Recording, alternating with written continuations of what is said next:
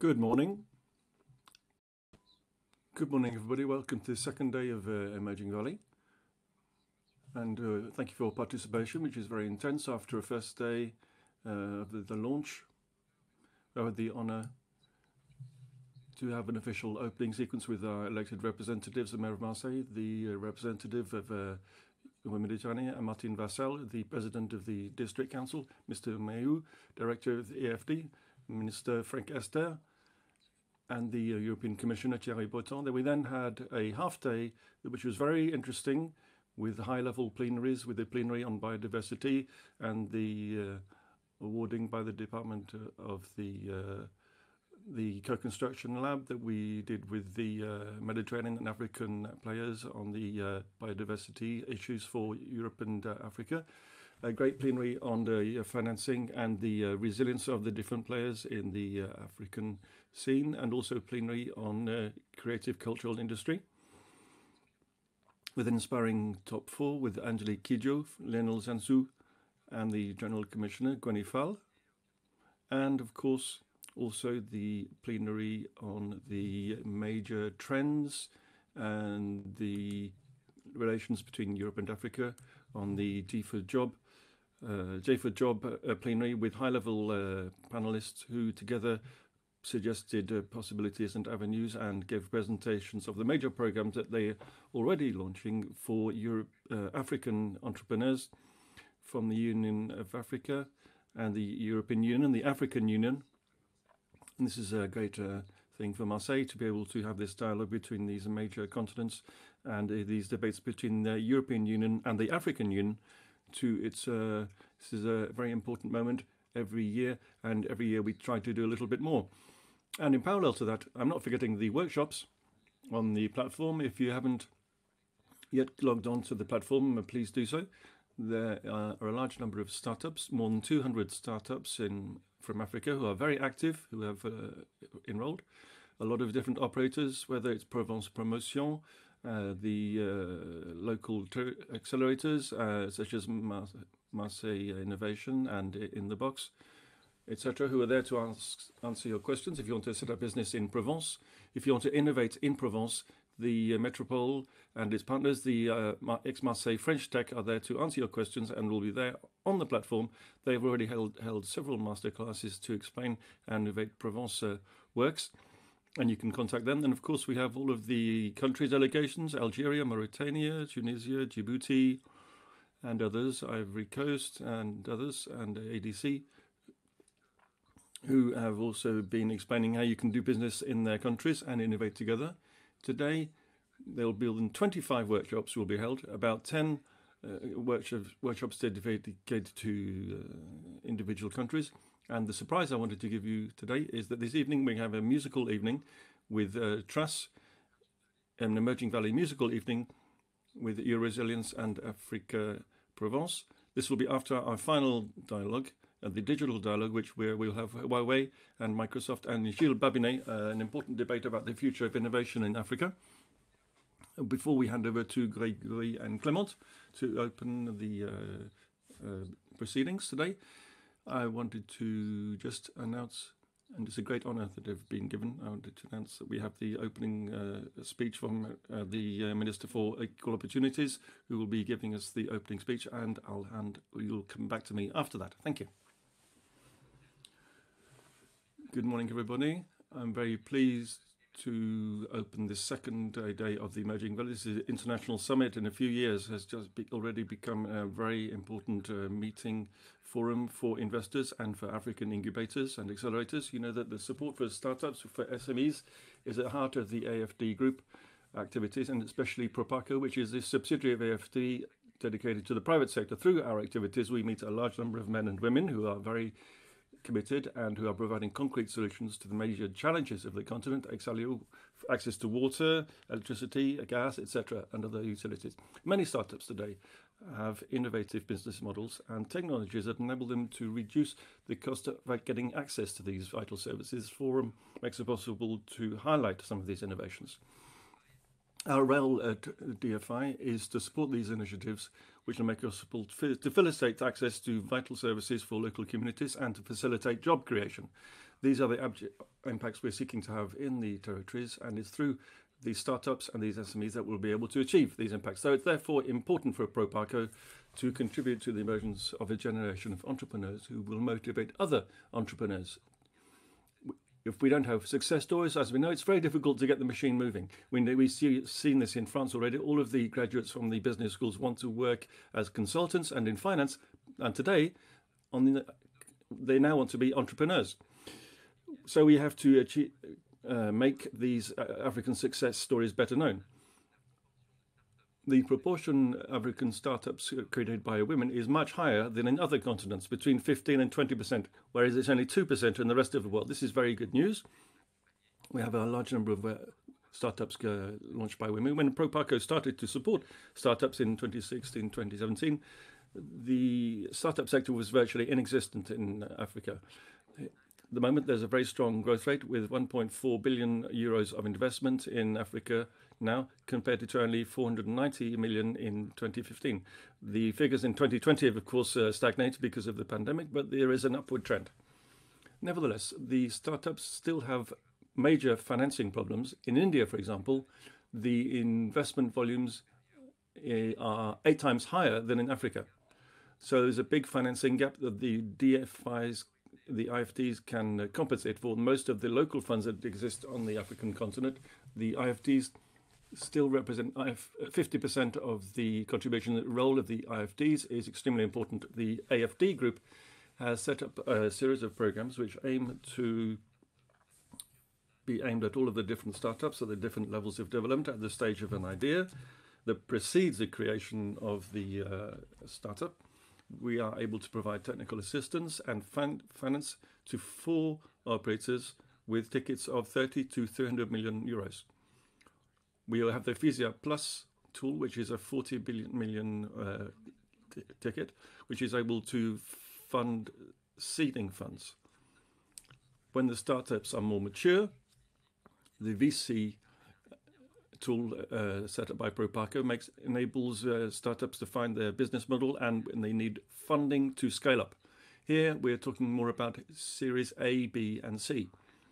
In parallel, we have also recently set up a bridge initiative, Bridge by Digital Africa. This is a small fund of 5 million euros that is deployed by Proparco, aiming to support startups with high potential but that are affected by the crisis. The aim is to have a very fast, lightweight financing system for tickets between 200 and 600 million euros to enable the startups to keep going until the next round of financing, until the situation goes back to normal, and so that it is able to provide the best return on investment for investors.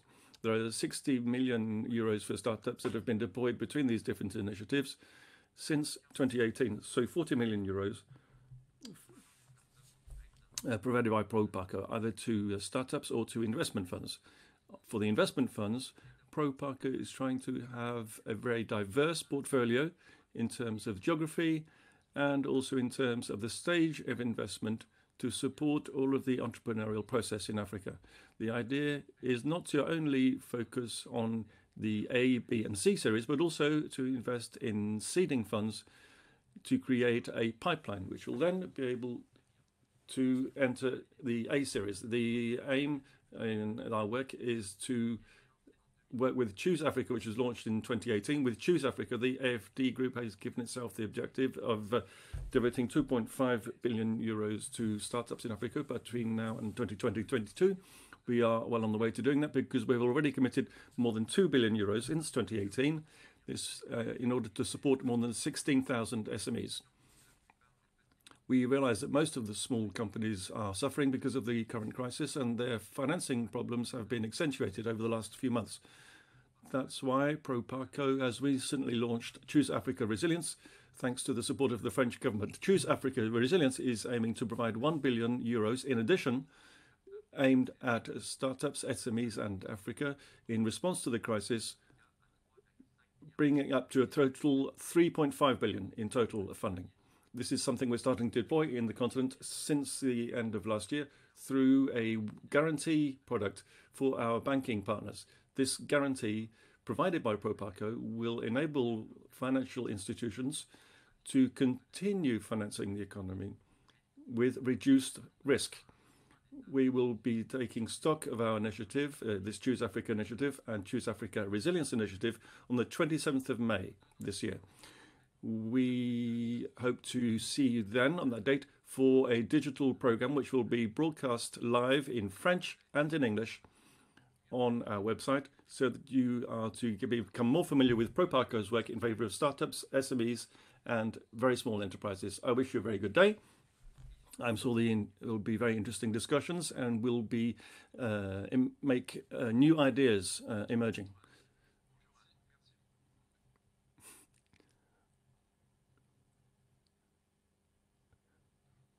Sorry about that little technical hitch there.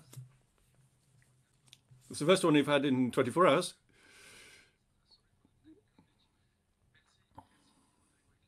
Thank you, Clément, and thank you, Proparco, for those opening statement for this vision of investment in Africa, which is on the table and which is deployed by the AFD group, by the French government, for French African startups and African entrepreneurs, with this dimension, with the Bridge Fund, with the Choose Africa program,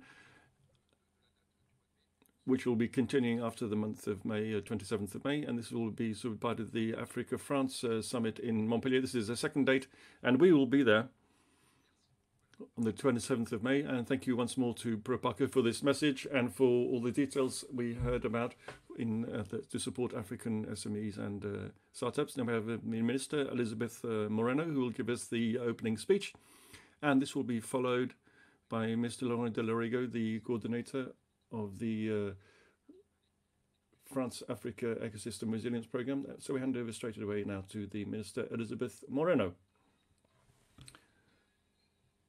in charge of equal opportunities.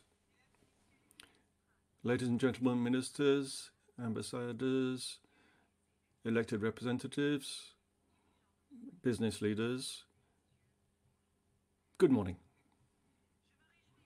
I'm very pleased to give this virtual opening of this second Emerging Valley event, an event which brings together several teams and challenges which are extremely important to me: France, Africa, Europe, and tech. As some of you already know, my background is very much filled with mixtures and exchanges between France and Africa. This is, whether it's my personal life or my business life, I have always had one foot in Africa and one foot in Europe. They are part of my identity. Many of you. And for the last 30 years, before I became minister, as I am today, my career was very much involved with entrepreneurship. At 20 years, when I was 20 years old, I founded my first company, which I ran for 7 years. Then I moved into the tech sector, working with major French groups, American groups, and Chinese groups. My duties took me to the four corners of the world, and I was very lucky enough to live in Morocco and South Africa and to do business in Africa. At his speech in Ouagadougou, the President of the Republic, Emmanuel Macron, presented his vision of the renewal of the relationship between Africa and France. He, in particular, underlined his desire to build the value of the role of the African diaspora as economic players and key players in this relationship by encouraging entrepreneurship and innovation. And like him, I believe that this is an essential avenue, a primordial means to renew and refound the relations between our country and the African continent, because the entrepreneurial process is very much present on both shores of the Mediterranean. This entrepreneurial process conveys within it the beginnings of a renewed relationship, and the diasporas are playing an essential role in that, because very often they, at the forefront, they play a very important driving role. They create progress as they provide links between the two shores of the Mediterranean. They are creating a fabric that joins us together. This is a very important link. They make it possible to create the basis for a new narrative between Africa and France. This narrative is based on listening, on dialogue, and better mutual knowledge, and on new ambitions. In this globalized world, our double culture is therefore an important asset to enable Africa and France to win. how proud I am to be able to contribute to the development of the country of our parents and the country that they chose for us. In other words, yes, the diasporas have a very important role to play for our future. Nevertheless, the route to mobilizing these diasporas is a long one.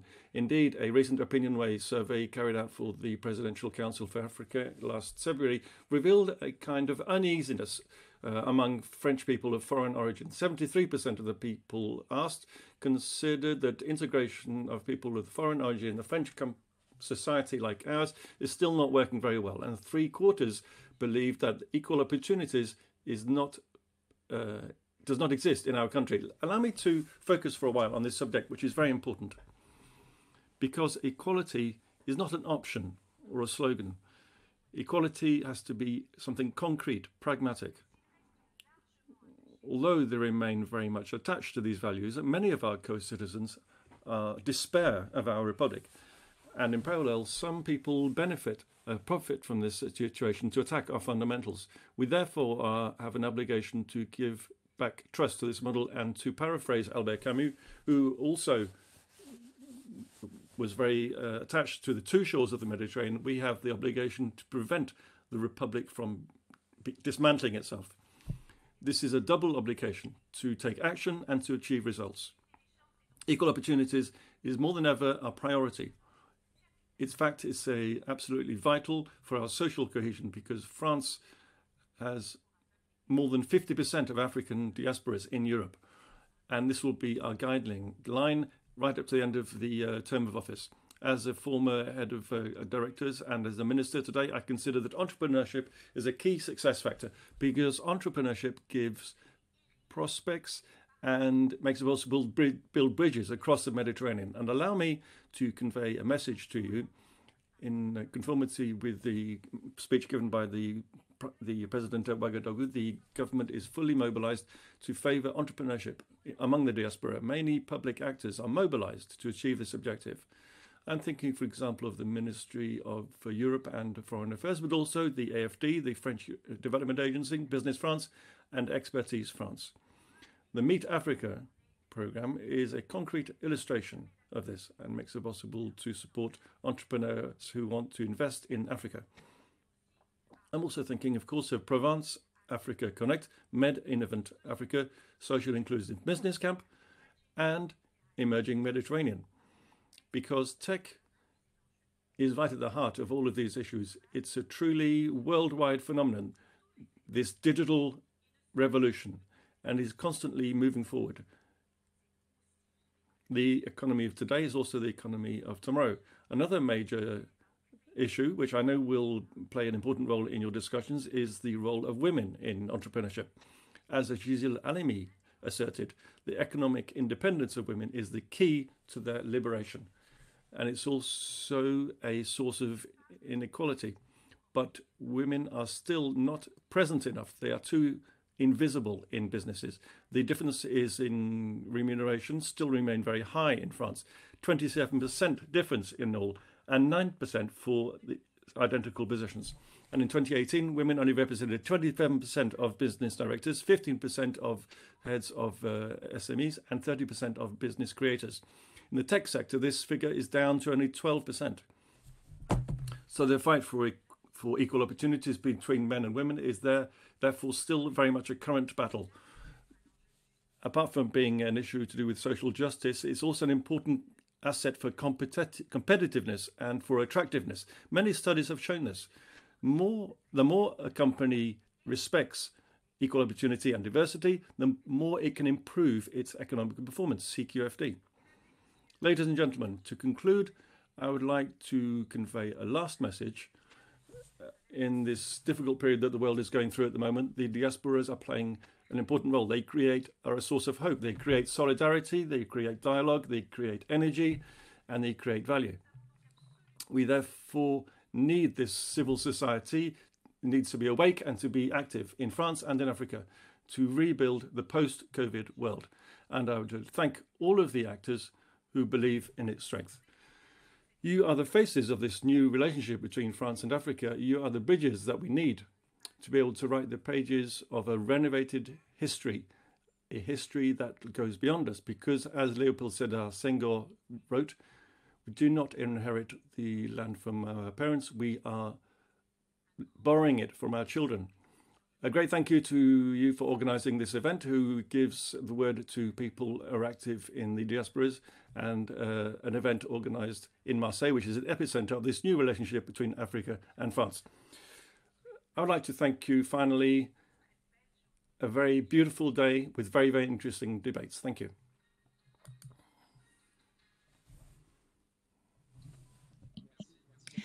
Thank you very much, Minister. I am now going to hand the floor over to Wilfred Laureano Dorrego, who is the coordinator of the Presidential Council for Africa.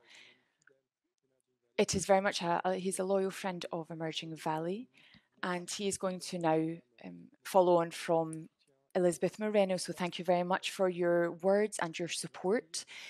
They were very inspiring, and they have really, really helped us. So thank you very much. I will now hand the floor over to the coordinator for the Presidential Council for Africa, Mr. Wilfred Laureano Dorrego.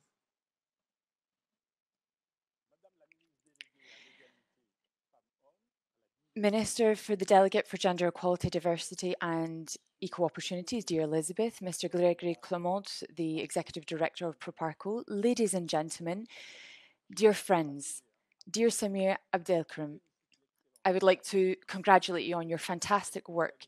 For several years now, you have been bringing together Emerging Valley, which is an international reference for entrepreneurship and African tech. I'm very happy to be here with you today and to open the day, which is focused on actors of change, entrepreneurs, and everybody accompanying them between Africa and Europe. I would particularly like to welcome entrepreneurs from the diaspora. They are the face of France and in Africa. They are also the face of this new economic relationship, which has been pushed forward by President Macron since 2007 between Africa and France.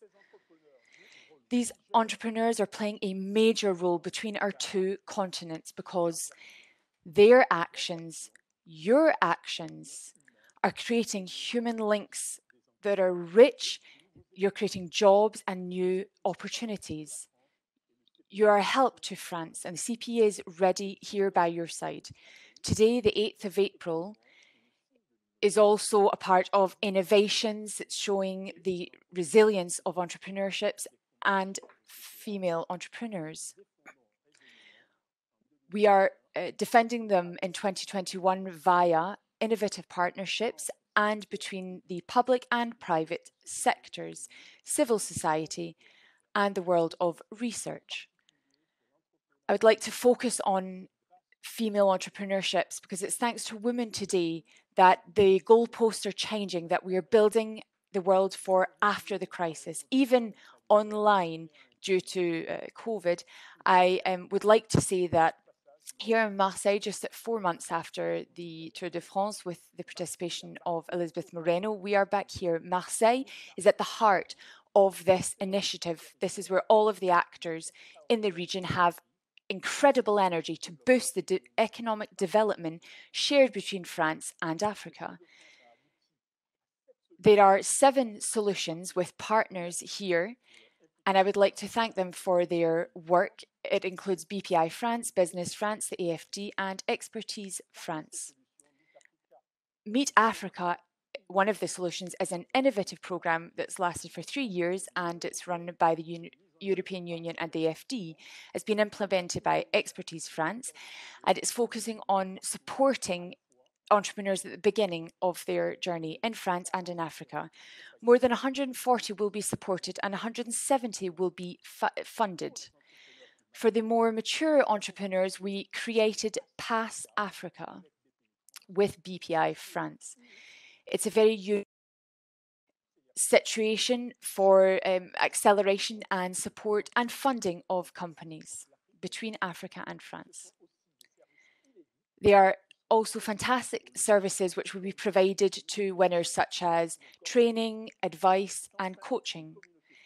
We have a strong and committed community who are creating business partnerships and networking opportunity. 20 winners from the diaspora were chosen. who, in the context of the pandemic, have created new and resilient approaches. You're all going to learn about them on our website and our social media accounts. But encouraging entrepreneurs from the diaspora firstly means creating equal opportunities. The President of the Republic is completely convinced, and it's this belief that we share with him. This is why I would like to say to you that the entrepreneurs of PASS Africa will also be on the front line to accompany the people who are beginning, especially from areas which need it and who are working on projects in Africa. Next week, we will be starting a mentorship program with our entrepreneurs, which will be part of the PASS Africa program. Those who use this label will also aim to support our youth, to coach them, inspire them, and show them what is possible. Dear diversity and diaspora entrepreneurs, give yourself the right to succeed in France because it is the ideal place to create entrepreneurship in Africa. Ladies and gentlemen, Minister Mr. Gregory Clement, dear Samia Abdelkrim, I would like to thank you and I wish you a fantastic day for the 2021 edition of Emerging Valley.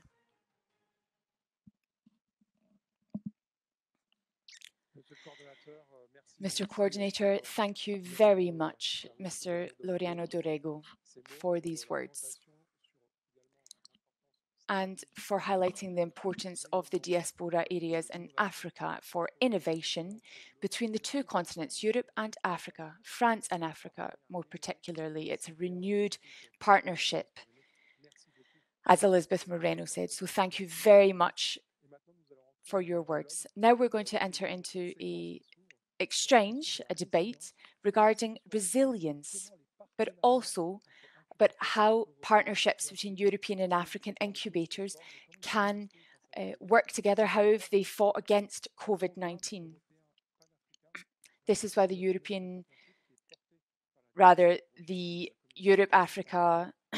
Africa-Europe Innovation Partnership, which is run by the European Commission. And today they are here with us today to speak about this issue regarding the science and innovation strategy between Europe and Africa.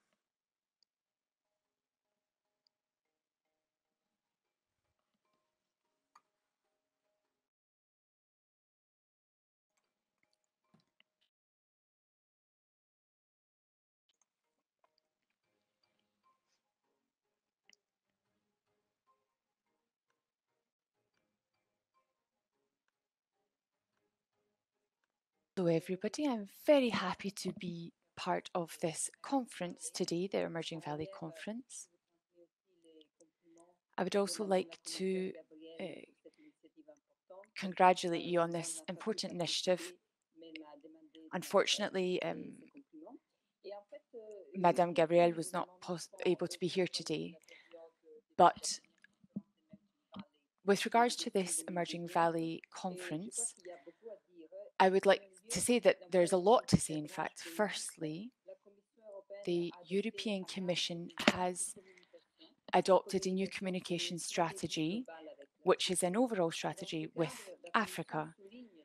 The European Commission is highlighting the importance of cooperation between Europe and Africa based on common interests and responsibility between us. And within the framework of this communication, research and innovation have an incredibly important place as a driver to support the economic development and the creation of jobs. I would also like to highlight the fact that within the high-level dialogue, which we have with the African Union, and also with scientific cooperation. It was set up on 2017, and it has created incredibly important scientific cooperation, such as food security and climate change and sustainable energy. With regards to all of this, since the last Emerging Valley Conference, we have seen positive results in our pilot project between Africa and Europe regarding innovation. We have also, with the African Union, inserted innovation as one of the main pillars, as a strategic pillar and operational pillar. This was also set up on a higher level because in July 2020, we set up the first ministerial meeting for research and union in the European Union and the African Union. During this meeting, there were 53 member states in the European Union and the African Union, and it was co-presided by Mr. Gabriel, who is a commissioner from the European Union. Within this ministerial meeting, they also focused on the political side of things with regards to innovation, which is an incredibly important pillar between the EU and the African Union. So many things were implemented, and I'm incredibly happy about this development. So since 2019, Emerging Valley and this programme have been cooperating closely. What do you have to say about the pilot programme? Yes, so firstly, I think the cooperation between Emerging Valley and the AEIP was fantastic. So with Emerging Valley, we did have a part of the pilot program. We created a reunion, and in fact, as you said yourself, the cooperation for this EIP program was very interesting, and for me the results were incredible. When we set up this initiative in Nairobi in September 2019, we had various results. There were more than 40 partners who took part between tech hubs, Open African, and there was the creation of a network, entrepreneurs and innovation agents. There were several countries in Africa.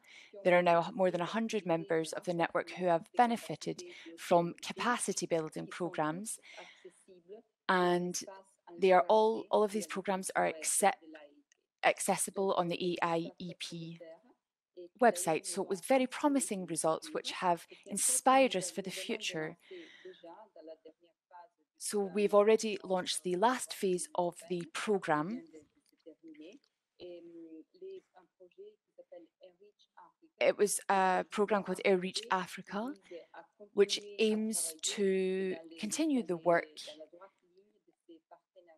with these partnerships of innovation, especially between the EU and Africa.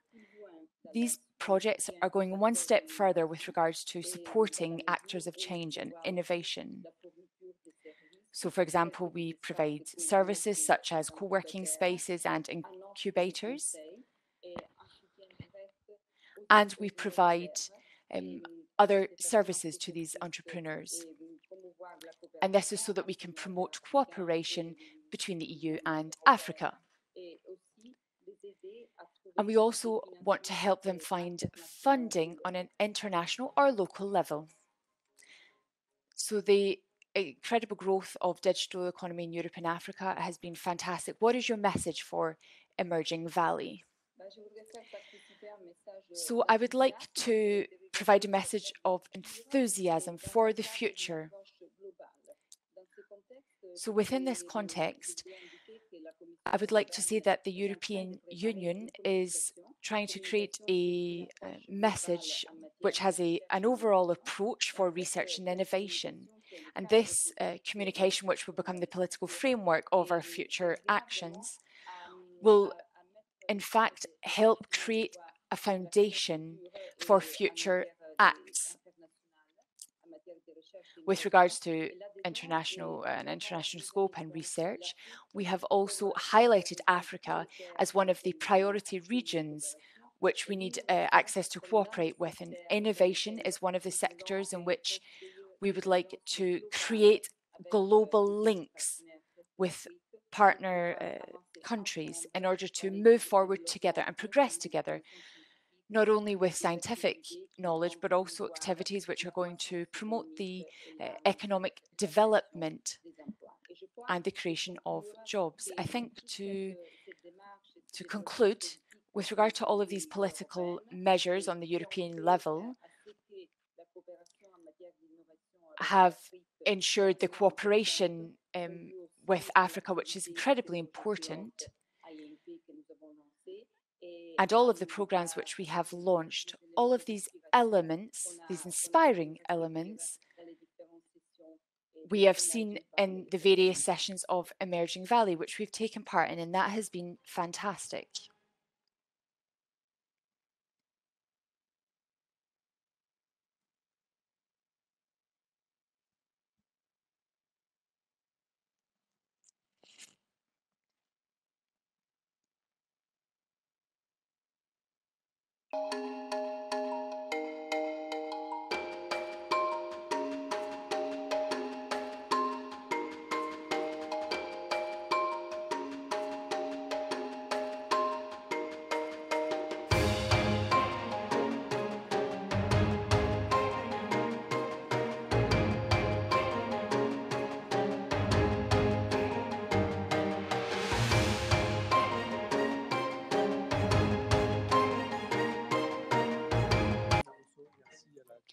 Okay, thank you very much to the Managing Director of the cooperation between Europe, the European Union and Africa.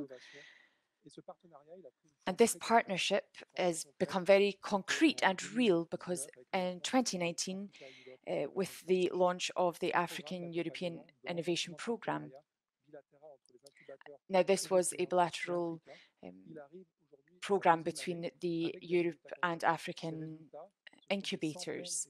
The results were that hundreds and hundreds of partnerships were created between European and African incubators. There were hundreds of them which took part in many opportunities for networking. It started in Nairobi in 2019 with the first kick-off meeting. There were around 20 European incubators, so from France, Germany, Luxembourg, and African incubators from Mozambique, Burkina Faso, Senegal, the RDC. And from this kick-off meeting, various companies met, and they then followed on in 2019 for the Emerging Valley Summit 2019. And also these took place online due to COVID. That didn't stop it. So there were many digital meetings between the Africa-Europe Innovation Partnership. Today, these partnerships exist, and we are incredibly lucky today to have many people who are going to speak about how between Europe and Africa, this resilience and this partnership between the two continents has been resilient when fighting against COVID-19, and this is thanks to the digital partnership. So we're very lucky to speak to Catherine Delavoye, who is the Director of Technopark Luxembourg. Thank you for being here today. We also have the head of Burkina Business Incubator, Suleiman Konkobo, Laurence Olivier, who is the Managing Director of Marseille Innovation. We are also welcoming Anil Bernardende because she's here today, who's the Deputy Managing Director of Kedge Business School, a large business school in Marseille. Thank you very much, Neil, for being here today. We also have Nina Konos, who is an expert from the European Commission and who is in charge of following this EIEP programme. At the end, she can give her perspective about it. And finally, we have Tariq Hilali, who is the head of Startups, Business and Partnership at the Technopark. And in fact, the Technopark in Casablanca and the Incubator Marseille Innovation have established a soft landing partnership and help between each other. And these two players can tell us about how these partnerships between incubators are incredibly important in order to increase the resilience. Thank you very much, everybody, for being here. I'm going to ask the first question to Catherine de Lavoiseau. You are in Luxembourg. So you were there to create these strong partnerships with Africa. It was thanks to the AEIP with the Burkina Business Incubator. But before you speak about your partnership in detail, could you, Catherine, just tell us a little bit more about the job that you're doing in Technopark at Luxembourg and why you have made this strategic choice to be part of the programme?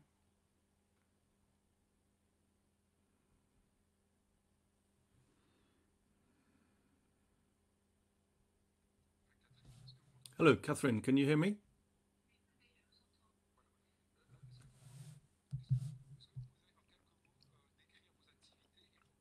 Could you, in a few words, describe your activities and explain why you've decided to work with Africa and with African business incubators? Yes, of course. In fact, I work in an incubator based in Luxembourg. We support startups, whether in technology or in social fields, in different sectors, whether it's healthcare, space, or technological industries and fintech. For us, it was perfectly natural to work in international partnerships because we are in a small country, so we need to be able to be part of the system because we also work with the companies to enable them to develop internationally. So it's very rare for an incubator not to be present on several continents, and Africa, for them, Africa is a very important market where they can work with local companies.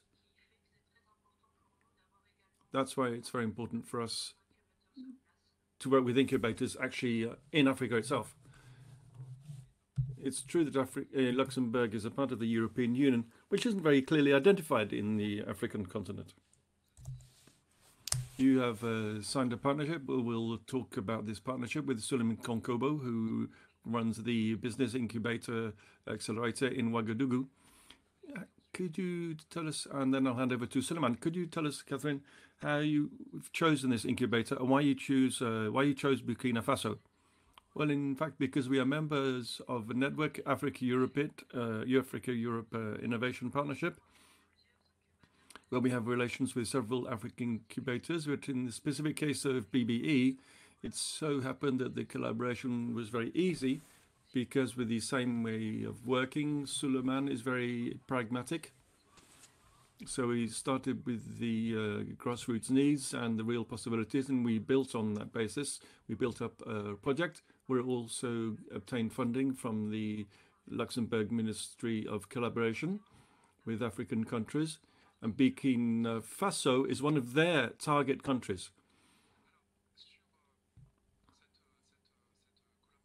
Concerning this collaboration, you worked with Suleiman in Konkabuk. Suleiman, could you quickly tell us about the Burkina Business Incubator activities? Yes. Hello. Yes, Burkina Business Incubator, its main theme is provide incubation for businesses.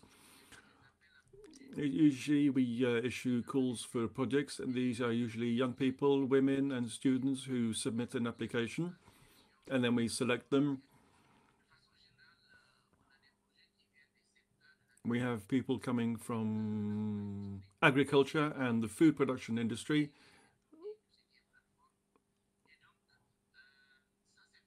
So this is the first business model. The second business model is that we with NGOs and institutions, we are in partnership with the UNCDF. This enables us to support entrepreneurs in the area of energy. We are working with these partners. So when there are, we select them for a period of 12 months and we provide support. We provide them with training. We help them develop their business plan and have a good business model, and to connect them up with financial backers. And the second area of work, we work with other partners, the NGOs, to support different programs. Today you are a member of the Africa-Europe Innovation Partnership Network. How did you discover that network, AEIP? I think I discovered it because I was in Ethiopia. I'm a member of AfroLabs, which is the incubator network, and that's how I met somebody from AIEP network and developed our relations, and when then we participated. And then the COVID caused certain problems, and that's why, in any case, that's how we joined the AIEP. So what does this partnership consist of in concrete terms? Perhaps, Catherine, you could say something about that. What subject are you working on specifically at the moment? What is your specific area of collaboration? What is the niche area that you've identified for your collaboration? And how do you agree to work together? And I'd also like to know how you are working in the context of COVID.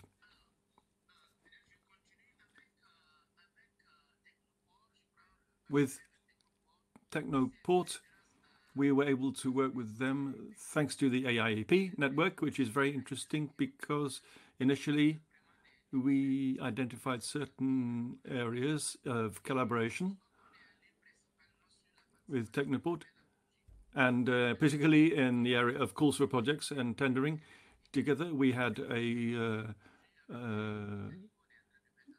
Homme d'Italie project, which is entrepreneurs in the area of art and culture. This is a specific project in art and culture. We also collaborated in a project in Luxembourg to accompany innovative entrepreneurs in Burkina Faso, also to enable Luxembourg companies to enter the African market through Burkina Faso, and of course through our incubator. So this is a fundamental thing. It's very interesting, and it enables the two platforms to work together. I'll hand over to you now, Catherine, thanks to this partnership. What have you learned? Perhaps you're also exchanging best practice, perhaps, in this time of COVID. Also, how do you manage to work together? I imagine the digital technology is helping you, of course, in that area. But is it perhaps causing you to work in different ways together? Yes, we have, of course, been forced to adapt our practice and our programs because initially in the program, the Luxembourg companies were going to visit Burkina Faso. That we felt that was important so that people could collaborate on over the long term and could get round the table and talk about what they were going to do together. So what we did was we decided that we could switch over all the preparatory phase to a digital technology online. So we've been exploring the different markets and different potentials in Burkina Faso. We've been able to do this part during the pandemic, working remotely. The project lasts for 3 years. We hope over the next 2 years, we will be able to carry out activities as initially planned with on-site visits and with workshops and meetings and activities, events and training courses in Burkina Faso and working in the field, because to innovate, you have to have this human factor. You have to have people working together and getting to know each other to work together. Yes, of course, we're all hoping and looking forward to working in a more normal way in the future. And digital technology helps us, of course, and we're the living proof of that here today, of course, with all of you. Digital technology is helping us all to continue working despite the pandemic. But the human factor, and of course, we all know that between the two shores of the Mediterranean, this is very important. It continues to be absolutely vital. We are lucky to have with us with the representative of the European Commission. Go back to Nina in a moment. But first of all, to draw a parallel with another partnership, this one between somebody working in Aix-Marseille called Marseille Innovation with Laurence Olivier, and an incubator which is the biggest innovation incubator in Morocco, which is Casablanca Technopark, which also has a mutual help partnership and for soft landing partnership to strengthen the connections and bridges between the Marseille Provençal ecosystems and the Moroccan ecosystems. And it's also It's important to say Morocco because the Casablanca Technopark, in fact, incorporates several. There are several technoparks in Morocco. There's one in Agadir, in Tangiers, and in Rabat. And it's through the Casablanca Technopark that is an umbrella for all of these. It's interesting to see how you've been able to organize this. So, Laurence, first of all, could you say a few words about Marseille Innovation and how you see your relationship with Africa and your partnerships with the African continent? Yes, thank you, Samir. Good morning, everybody. We've been working for 25 years. We have 4 technoparks located in Marseille. I'm sorry, the sound, this is the interpreter speaking, the sound is extremely poor. I can't. We support the companies for the first 4 years of their existence.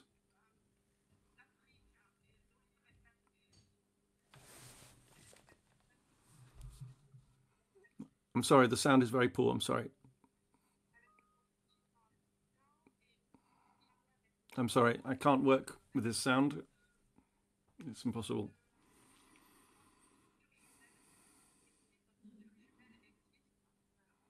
We have a twinning arrangement with Morocco.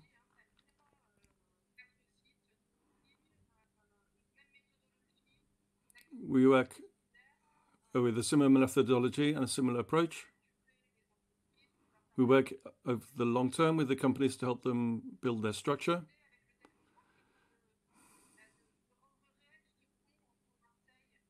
The idea of the Technopark is to have a bridge between Morocco and Marseille.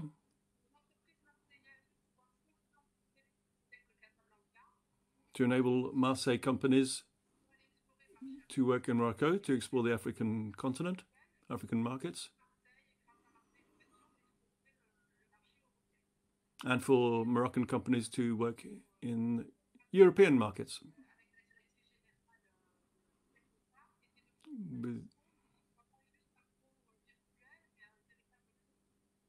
So we wanted to create not only a virtual bridge, but a physical bridge. Unfortunately, COVID has prevented us from doing that so far.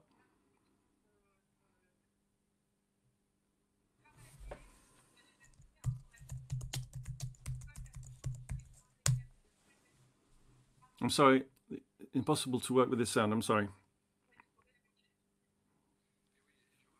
Yes, I would like to say that since 2019, the first delegation of Moroccan startups came to meet you in December 2019 and to explore the Marseille ecosystem.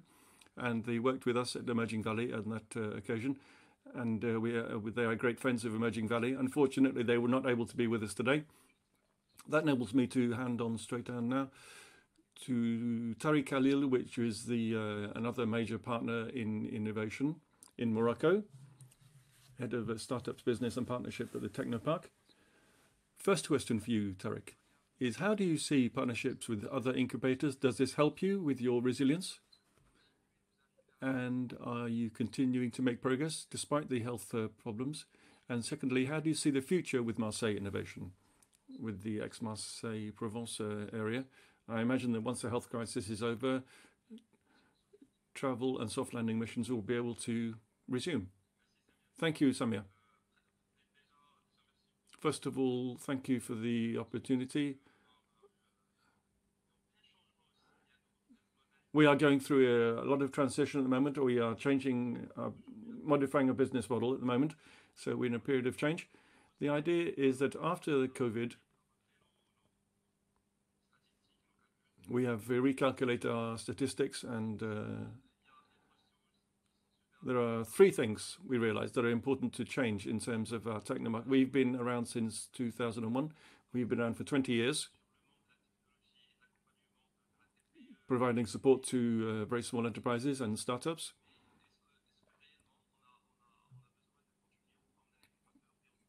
But we were wondering whether we needed to change our role and no longer be an incubator. With the COVID, we had the proof of concept, and this is why we have just started a new model of creating a startup innovation department dedicated to partnerships. The idea is that we are fostering new partnerships in Africa and outside Africa in order to provide better service to our community. When I say that, I'm talking about access to financing and to facilitate setting up business abroad or in our country and in our technoparks today. We are focusing on transfer of knowledge models. This is something we're working in with Agadir, with the university.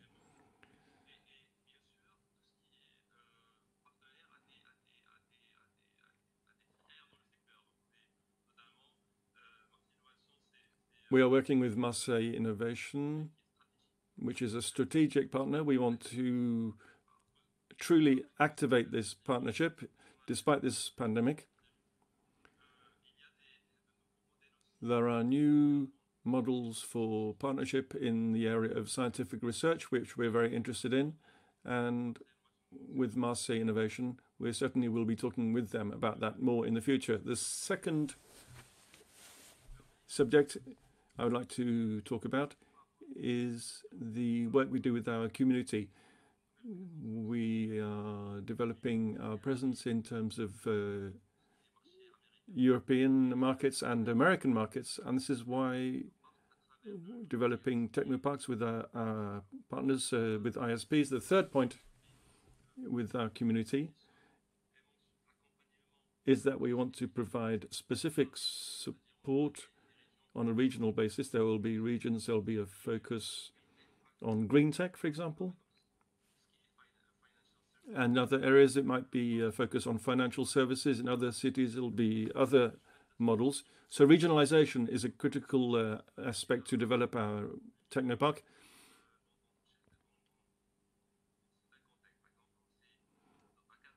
In Casablanca,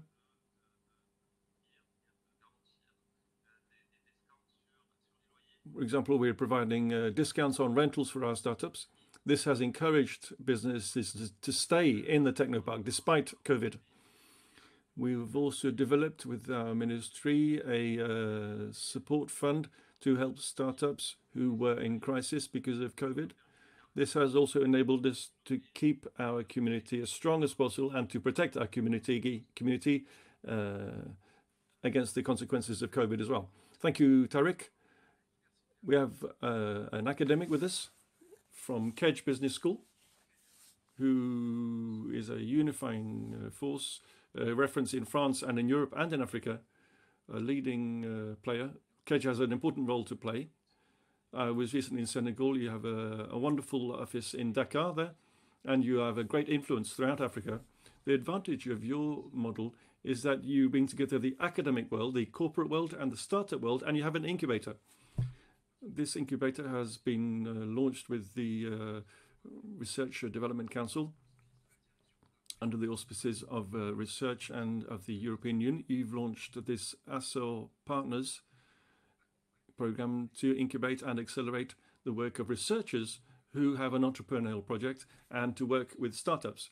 So can you explain how this program is being developed and it increases the resilience of startups and researcher entrepreneurs that you're supporting? Thank you, Samir. I'm very happy to be here because it's an exciting subject. And even before I was working with Kedge, it was in a subject I was very interested in and had worked in before. What you need to understand is that in the Kedge approach, as a business school, we have a specific kind of role. We have incubators and accelerators on each of our campuses. But above all, we have an educational identity, and our identity can be summed up as learning to do and to succeed by doing things. So it's important to take action in our learning process. So entrepreneurship has an important role to play in our Kedge learning process. As we have an incubator and accelerator in each of our 4 campuses in France, it's not just the desire to develop this kind of activity in itself. So it's really an approach to entrepreneurship which is quite unique. As you said, based on a learning process and on the ecosystem, in particularly the alumni, for in some cases have created successful startups and have participated in constructing this ecosystem. And they're also working in research in entrepreneurship and developing entrepreneurship skills. So once we had set up this ecosystem of incubators, we already had begun to think about how to develop the resilience of our ecosystem in France. And so we had digitalized what we call our business nursery and our incubators. And so, in fact, when the COVID happened, all of the building blocks were there to be able to support the entrepreneurs wherever they were located. And so, in fact, this encouraged us to strengthen our local relationships with entrepreneurs, to give them more value and to enable them to take a fresh look at their situation. As we have 180 researchers and teachers working in our campuses, they were able to work with them to develop a strategic approach and how to look again at how they access markets in a context which is rather unusual. So thanks to this partnership with the IRD, this is a very important partnership with IRD, because when we support researchers, not just incubation, it's also a kind of teaching process so they understand what entrepreneurship is for somebody who's not familiar with it, how they can move from the world of research to the world of entrepreneurship using research, which goes beyond academic research and will create value and enable them to identify markets and develop their skills of resilience and agility, which are skills that any entrepreneur needs. So we are present in 8 countries. This is the first cohort, we hope, which will lead to many others. So in this first cohort, and the members of this project, which is led by KEDGE and IRD, they organized a workshop on science and research. I'd like to take this opportunity to say that all of the sessions, whether it's the plenary or the other ones, or the other workshops from yesterday and this morning, they are all automatically available on replay. You won't miss anything. And so don't hesitate to look at the KEDGE workshop and the IRD workshop to strengthen resilience, especially in the area of incubation of projects. Thank you, Hamid. Before I hand over to the European Commission, I'd like to move on to the IEP program, and you, Catherine and Suleiman. Today, the next steps of you're taking together. What are the next steps? Are you looking to the end of the pandemic to work together, to go to Luxembourg? Suleiman, to go further in executing your strategy? I imagine in the opposite direction too. Yes, the AEIP pilot project is going to finish soon. So we're going to see how we can continue the collaboration which has been established. So we're very lucky to have found projects and activities. We have quite a sustainable development, at least in the next few years, how we can work with the Luxembourg government, NGOs, etc. So for us, this has been great. Now the idea is to consolidate our collaboration, our partnerships, and also to support our companies. We want to help these companies with training, with technological knowledge, and to help them with incubators. But it's also these companies which are going to train entrepreneurs in their country. So Suleiman, what is the next step for you? On our side, with regards to the projects that I was speaking about, for example, the artistic project in Italy, Catherine spoke about the pitch, and it was incredibly interesting. This is, for example, via our networks which we created, for example, in Luxembourg. So what we're working on now is networking and project tenders. For example, people are sending us resources who will please implement. Is, for example, in Burkina, we are helping entrepreneurs and managers, but we are limited by technology. So we're trying to create an innovation center in which AI can be implanted. So we're trying to work together on this project to improve the digital technology. So Luxembourg companies, when they come to Africa, they're trying to meet our companies. And we want to continue that with the networking side of things in Burkina Faso, but also in neighboring countries like the Côte d'Ivoire, Nigeria, Benin, etc. So I really believe that this is something that has begun and will not stop. And even with COVID here in Burkina, we have COVID, but it's not as intense. So we are continuing to work fairly as normal. And we would like to continue to work with Europe.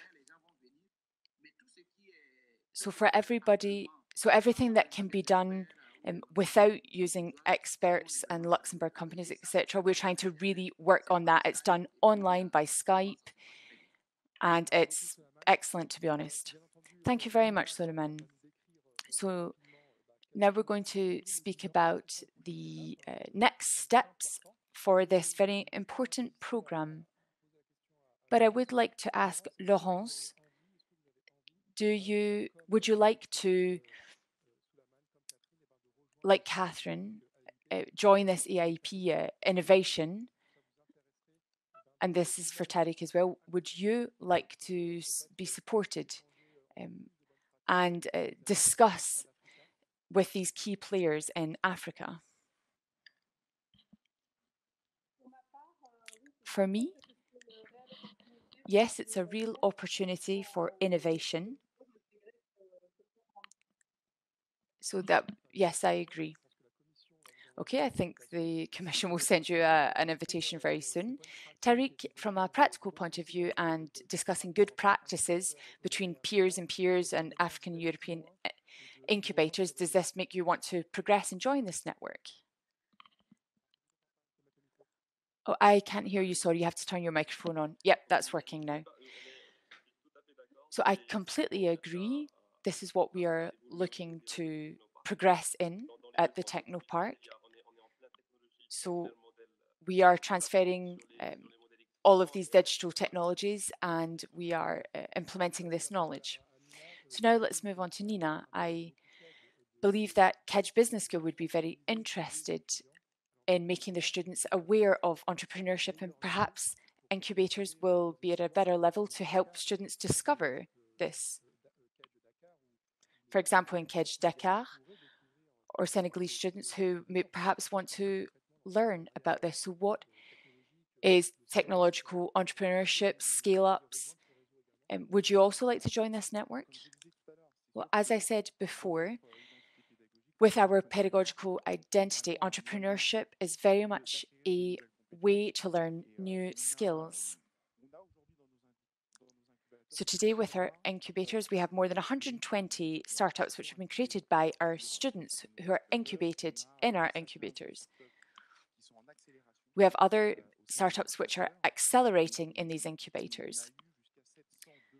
And we have had up to 700 requests from our students to join our incubators. So yes, absolutely, for the size and acceleration. Now, of course, it's not Kedge Dakar, it's Ben Dakar, in fact, the name.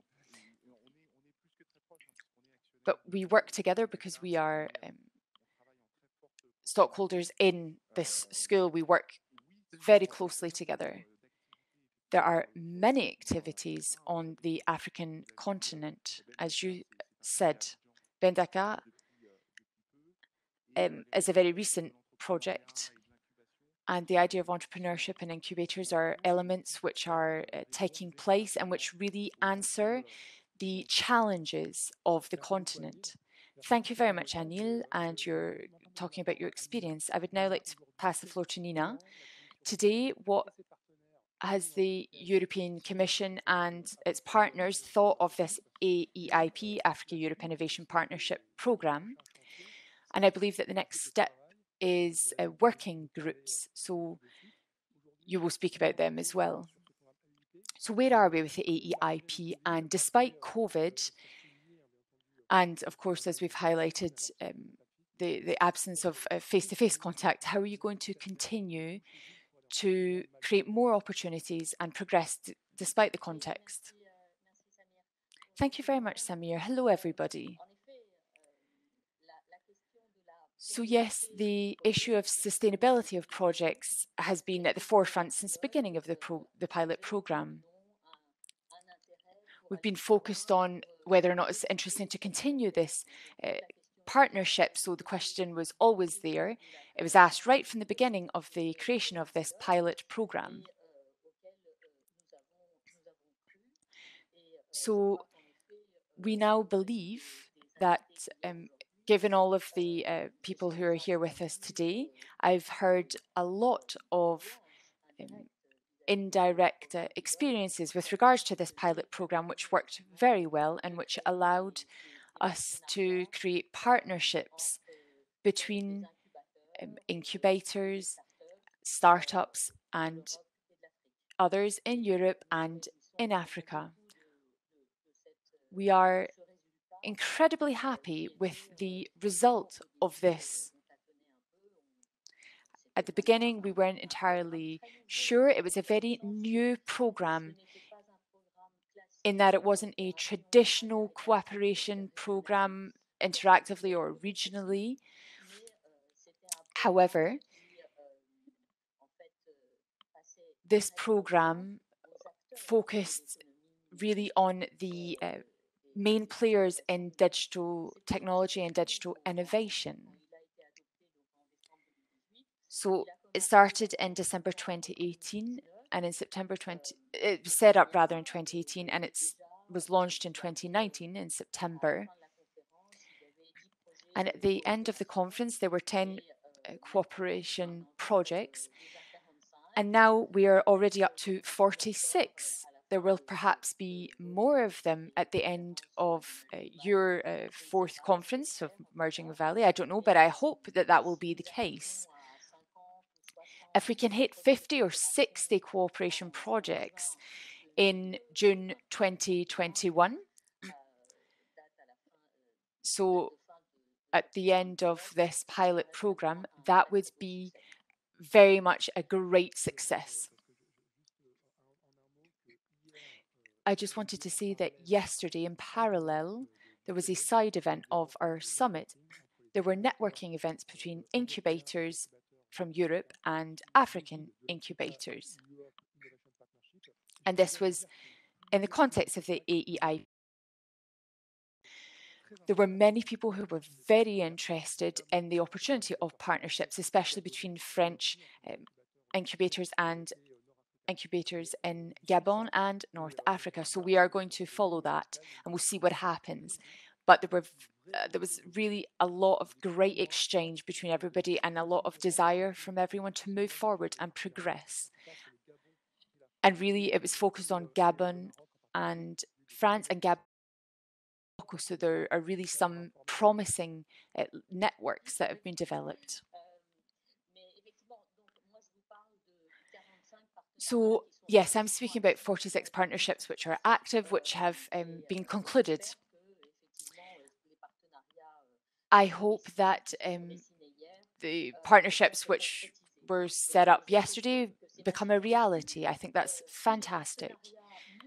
The more partnerships which show that this type of programme is effective, the more they will accelerate it. It will be like a snowball effect. And I believe that between Europe and Africa are both going to benefit from this programme. Absolutely. Now the AEIP, hang on, how long do I have? Do I still have a few minutes? Yes, 2 minutes. Okay. So the AEIP is not only a pitching session in which we, of course, place a lot of importance on because it really helps materialize the opportunity to create a big network. But it also involves seeing a different perspective on things. We have created many webinars of different types, of different training with European funding. There are different programs. Of course, this year is a very special year because we launched the new research program called Horizon Europe, and this will take place over the next 5 years. So the DG Research and Innovation has various programs which are focused on new technology and innovation. There are other programs which are more focused on European digital innovation, but they're not closed off to the idea of international cooperation. However, on the other hand, AEIPU is the first program which was very much focused on the EU, on cooperation rather, between the EU and Africa. And it's very much focused on training. I have to highlight the fact that it's not simply a network where different players can meet each other. Now, of course, they got to know each other very well, but the other side of the coin is that there is a lot of support for these companies and advice for them when they need it. So in terms of activity, we've done many things. We've had 5 conferences which were organized. And for each conference, we invited new players in order to expand the AEIP opportunities and networks. So as I said, webinars, training sessions. One of the latest webinars was about female entrepreneurship. So, for example, another example is we spoke about the EIP network. We've carried out various studies which allowed us to deepen our understanding of the market sectors, which should be more suitable for cooperating between Europe and Africa.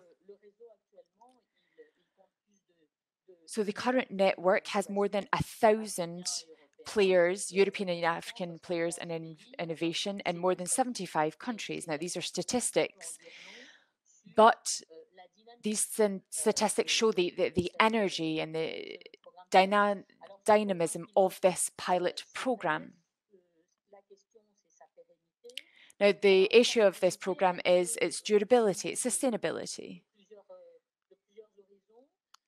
Now, that can be carried out in various ways.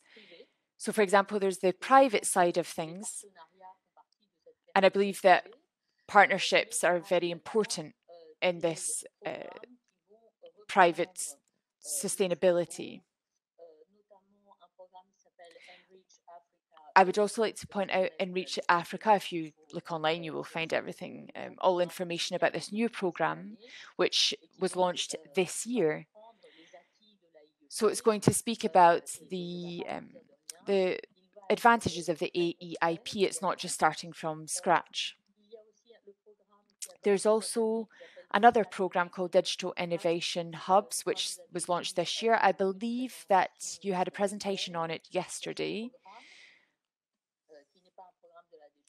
Now, this isn't a program by the DG Research and Innovation, but it's the DG Connect, but it's all the same, it's the European Commission. And finally, there's another program called Africa Connect, and that is going to complement these programs by supporting digital infrastructures in education and research. There's also the Transversal Africa Initiative. Now, this is a framework initiative in Europe, and they're going to fund innovation in Africa on important themes such as green transition or public health.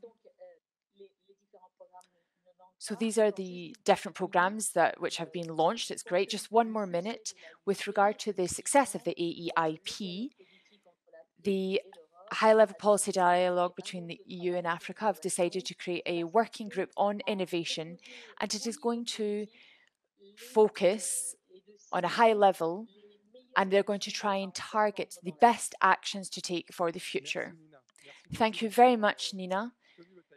Thank you for respecting the time, because we're now coming to the end of this roundtable. Thank you very much, everybody, for your experiences. Thank you very much to the European Commission for following this type of programme, and to the incubators who are working together and who together are defining the ways to be more resilient with regards to COVID, and that's by partnership, collaboration, and simply by experimenting.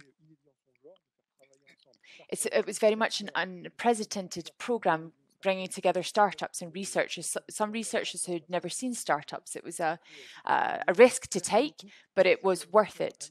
So thank you very much, everybody. Thank you, Catherine Delavoye from Luxembourg, Suleiman Konkobo, Tariq Hilalili. Thank you very much to Laurence Olivier, who's the Managing Director of Marseille Innovation and who's very much committed in the region for startups. And thank you, of course, Nina at the European Commission for discussing this and giving your point of view from Brussels and the European Commission. We've come to the end of this plenary. We're now going to move on to another plenary. We're going to speak about how startups have worked through COVID from an investor's point of view, and we'll see how they have overcome the problems with COVID. Thank you very much. Et comment elles aussi, elles ont traversé cette crise après le point de vue des investisseurs hier, le point de vue des incubateurs à l'instant. Et bien maintenant, nous allons voir comment les startups ont franchi ce cap de la Covid. Merci et à tout de suite.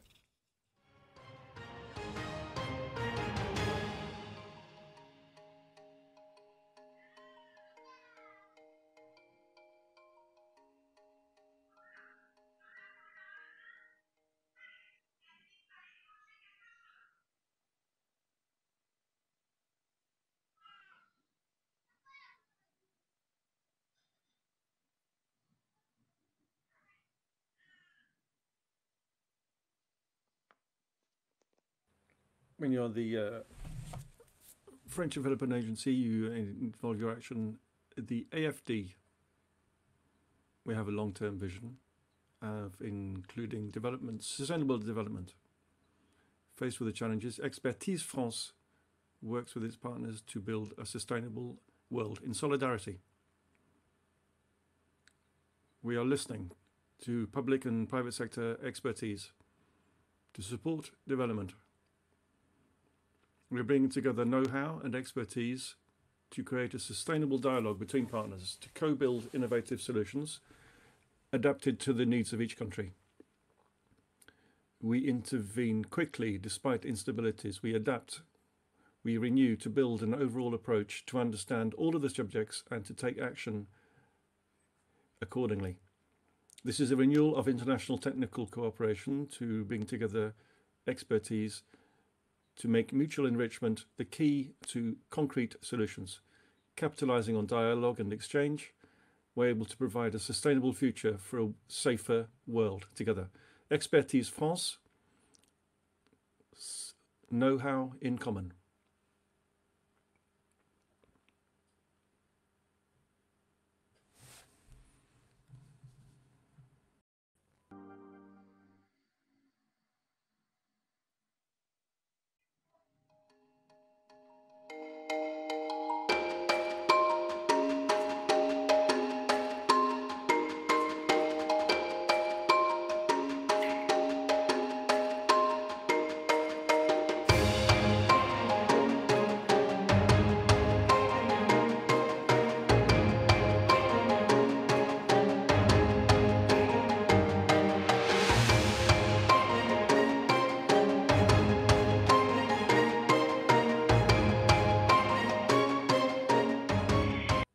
Welcome to those of you who have just joined us.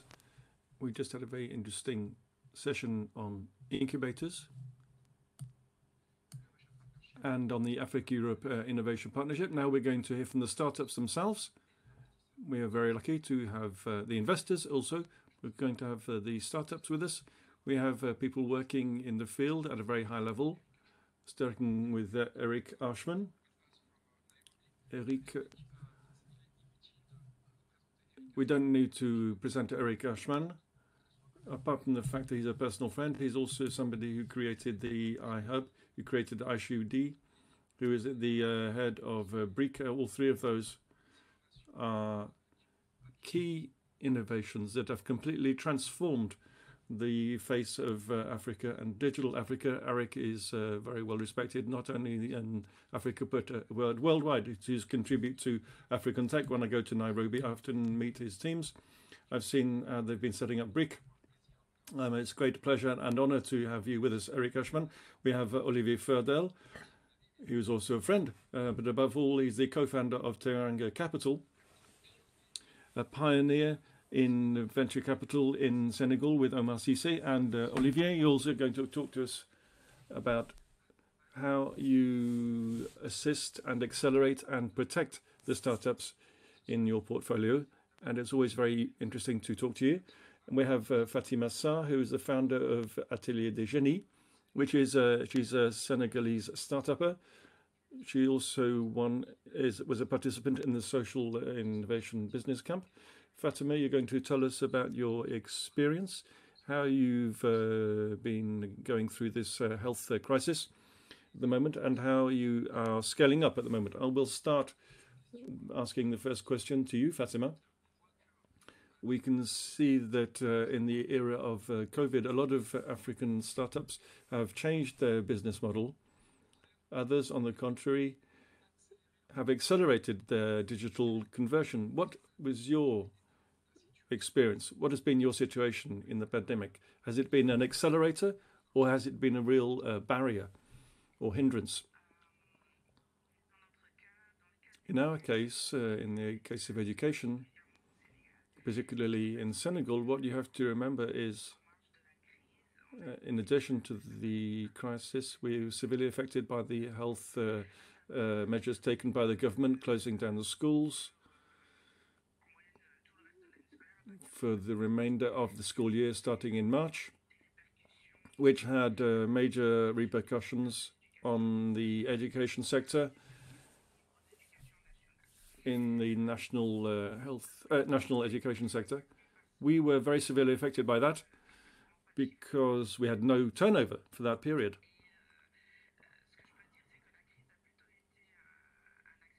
The crisis was really an accelerator because when we started to think about solutions, what we were presented with initially was to leave the market. It was to listen to the market.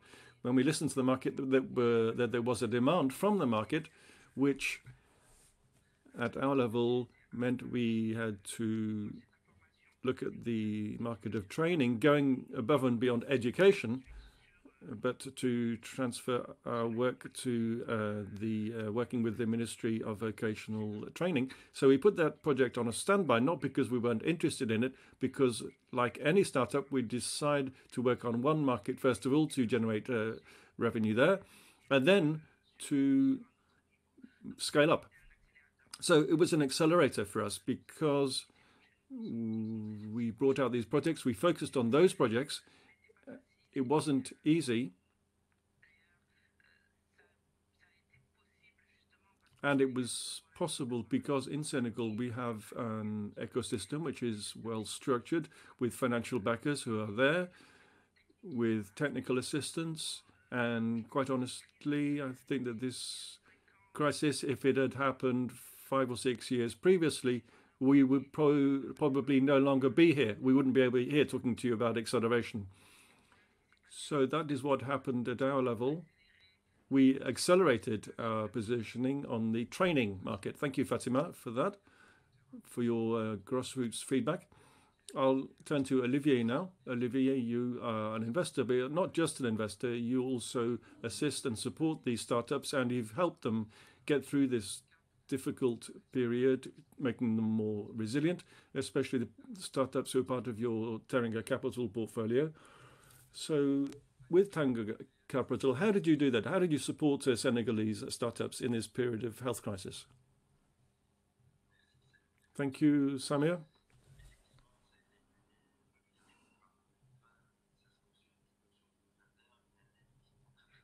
Again, the sound is extremely poor. This is the interpreter speaking to you.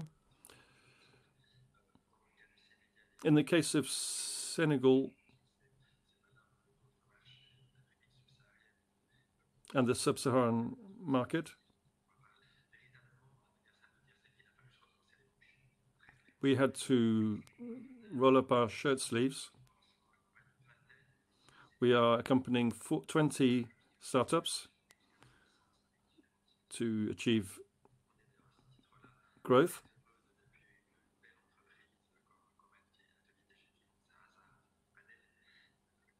Including one company that is present in your panel.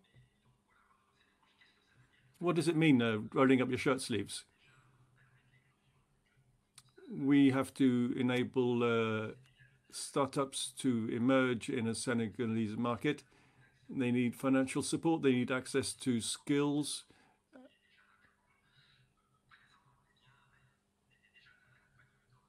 We were already an incubator on the grassroots level, but we focused even more on that role. We wanted to help the businesses to get through the crisis through improving their financial management, in maximizing their cash flow. When we carried out the initial analysis in last March, there was a worldwide crisis.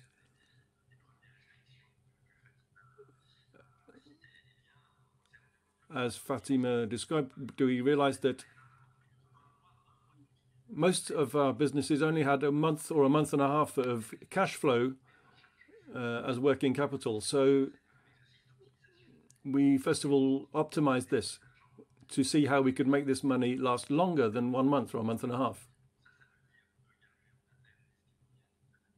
We had to see if there were internal means of economizing, saving money, working in some cases with the state, the government departments.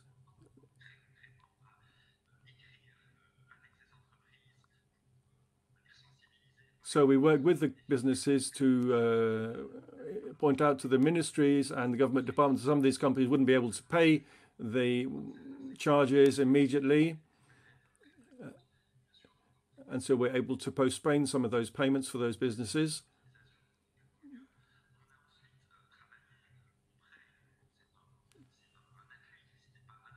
We also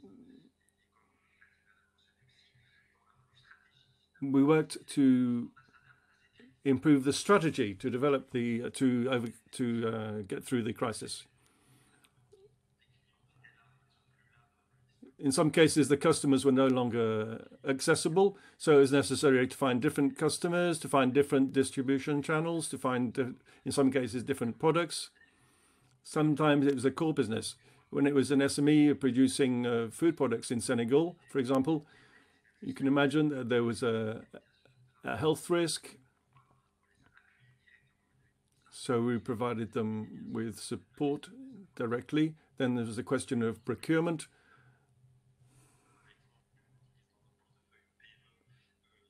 When we have an SME, some cases the SMEs took a lot longer to adapt than others. So we worked to support them in that.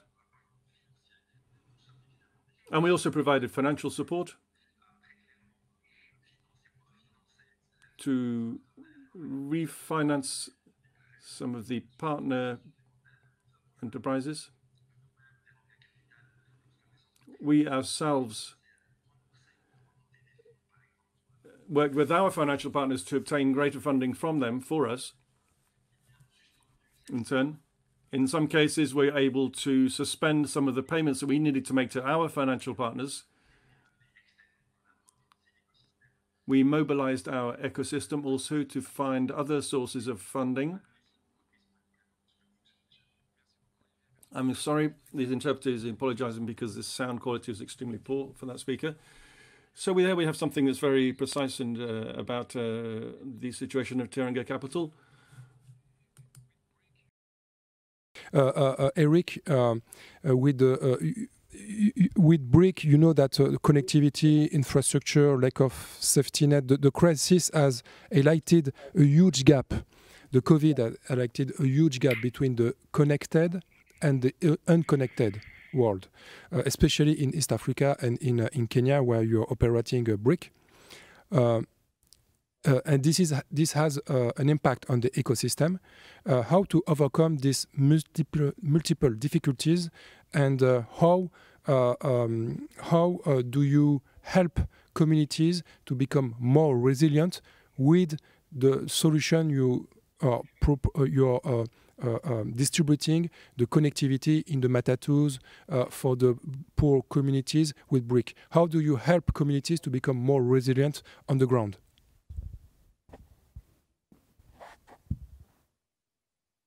Hi, Samir.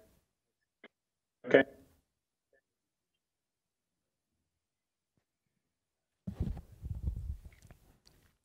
Can you hear me, Eric? I seem to be a little bit of... Yes. Okay. It's somewhat ironic that I'm having... So yeah, we have a big issue, not just in Kenya, but across the continent, where the pandemic underscored the digital divide between those who can afford to be on the internet and those who can't. It's not as much anymore about being able to get the signal as it is being able to afford that signal. And that's one of the issues that we've been trying to address for a long time here. One of the interesting things I found out, and I'll talk to that in a minute, is that, a lot of these apps and services that have been rolled out during this time have needed connectivity. And it cuts across many different things. So sometimes it's about localized testing, fancy kind of diagnostic tools, many of them self-diagnostic tools, or pandemic tracing tools. They can't be used unless people have a full internet. If you don't have, without connectivity, hospitals can't broadcast out data to the centralized servers. They also can't receive interesting or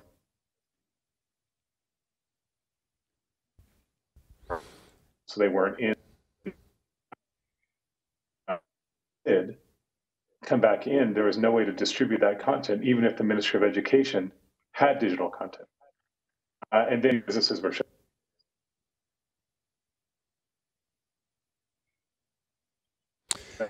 That whole space. Can you hear me okay, Samir? Yes, yes. Okay, so we looked at that whole space and we're saying, okay, well, how can we solve for that affordability layer of the internet? Well, we've been doing that for years. And the question is then, how do you make it more widespread? If you remember, during the beginning of the pandemic, all the vehicles were taken off the road. Well, a lot of our network sits in the buses and the top of the connectivity of buildings or neighborhood or place like that. And that was a big help. But then what we did is finally by the end of last year, everything moved.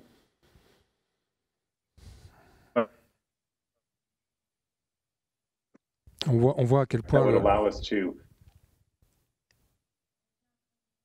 see that right now this problem of connectivity is a major issue. Eric will be back with us in a few moments. We'll try to get back to him on a line with greater bandwidth, and we'll come back to him in a moment. And then Eric is now going to explain his concrete example of the difficulties of connectivity.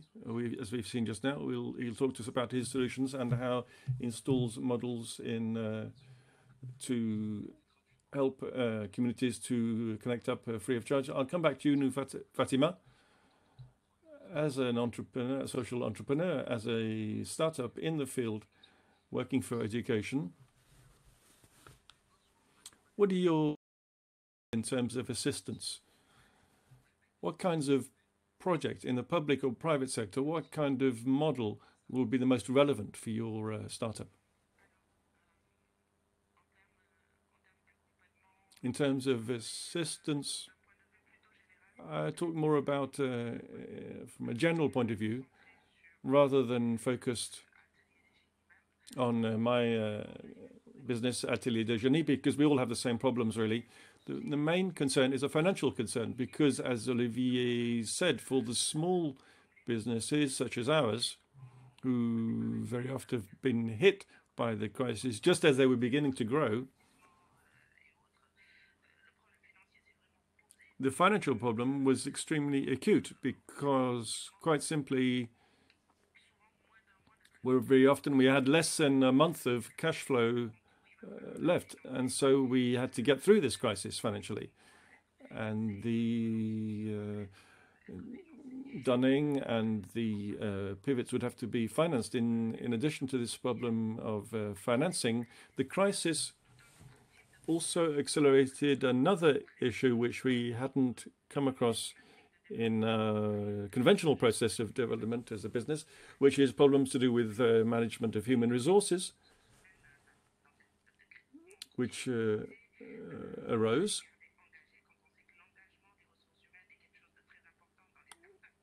Engagement of human resources is a very important thing when you're a startup.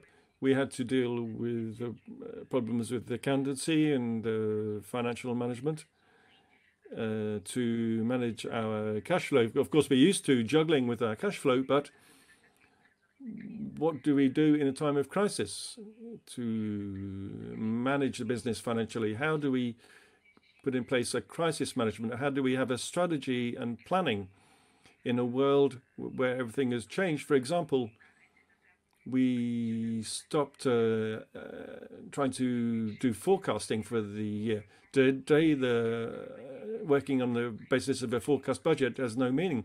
We have to work in a much shorter period of time, sometimes just over 1 quarter or looking to the next month, perhaps, because there are constant changes in policies and measures, and these all have impacts on our market.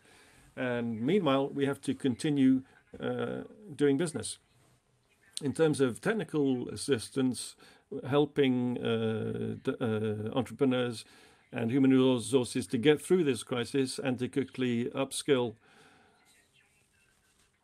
in terms of managing the problems caused directly by the crisis, this is a huge need. In terms of the public and private sector projects and the models, I defend the idea that we have to be inspired by high-performance models that work elsewhere, but we can't import these models directly because markets are very varied, they're very different. The way I sell my product in Dakar is completely different from the way I sell my product in Saint-Ripe, which is still in the same country, not to mention the way I sell my product in Ghana or in Cameroon. When you're talking about Africa, if you're talking about a typical model, it's rather a dangerous thing to do. We should be inspired by best practice, but then you have to adapt these models so that they correspond to your real market. And that's why it's important to have this idea of value proposal. Thank you, Fatima Sarr. I'll come back to you now, Olivier. I think we've have Eric, who will be back with us to give us the closing words. Olivier, you have already explained that you've supported several Senegalese startups. In your opinion, which are the most likely to scale up and not become necessarily the next unicorns, become the next SMEs generating hundreds of jobs, having a positive impact in the field?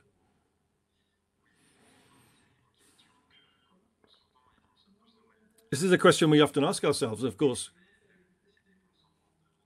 I'll give you an answer in 2 parts. If you're talking about certain SMEs in traditional sectors, which are not particularly digital, in terms of the SMEs we're supporting in Senegal,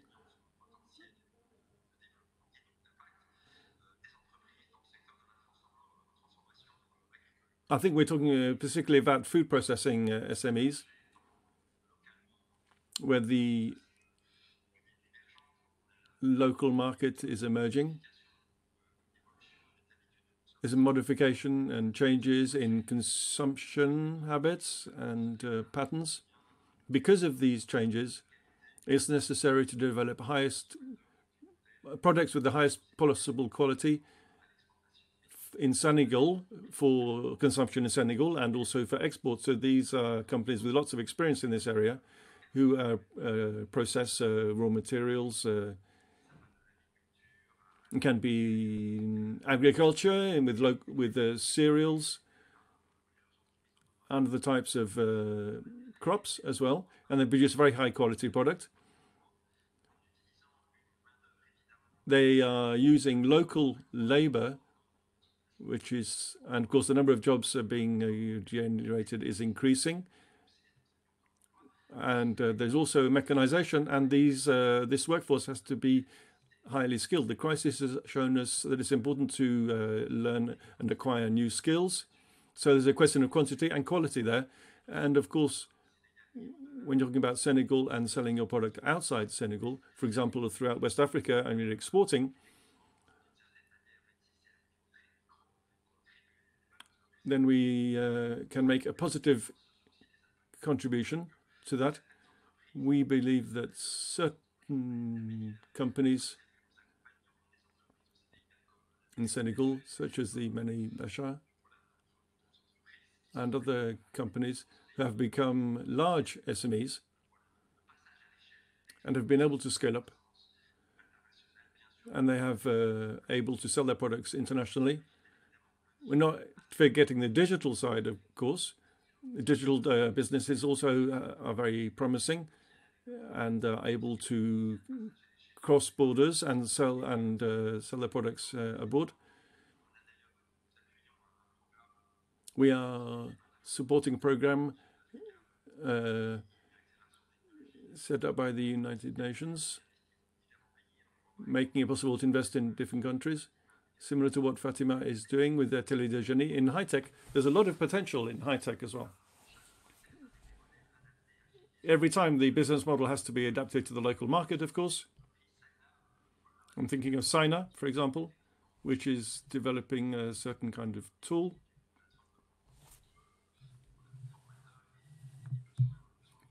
And they have a need for training there, of course.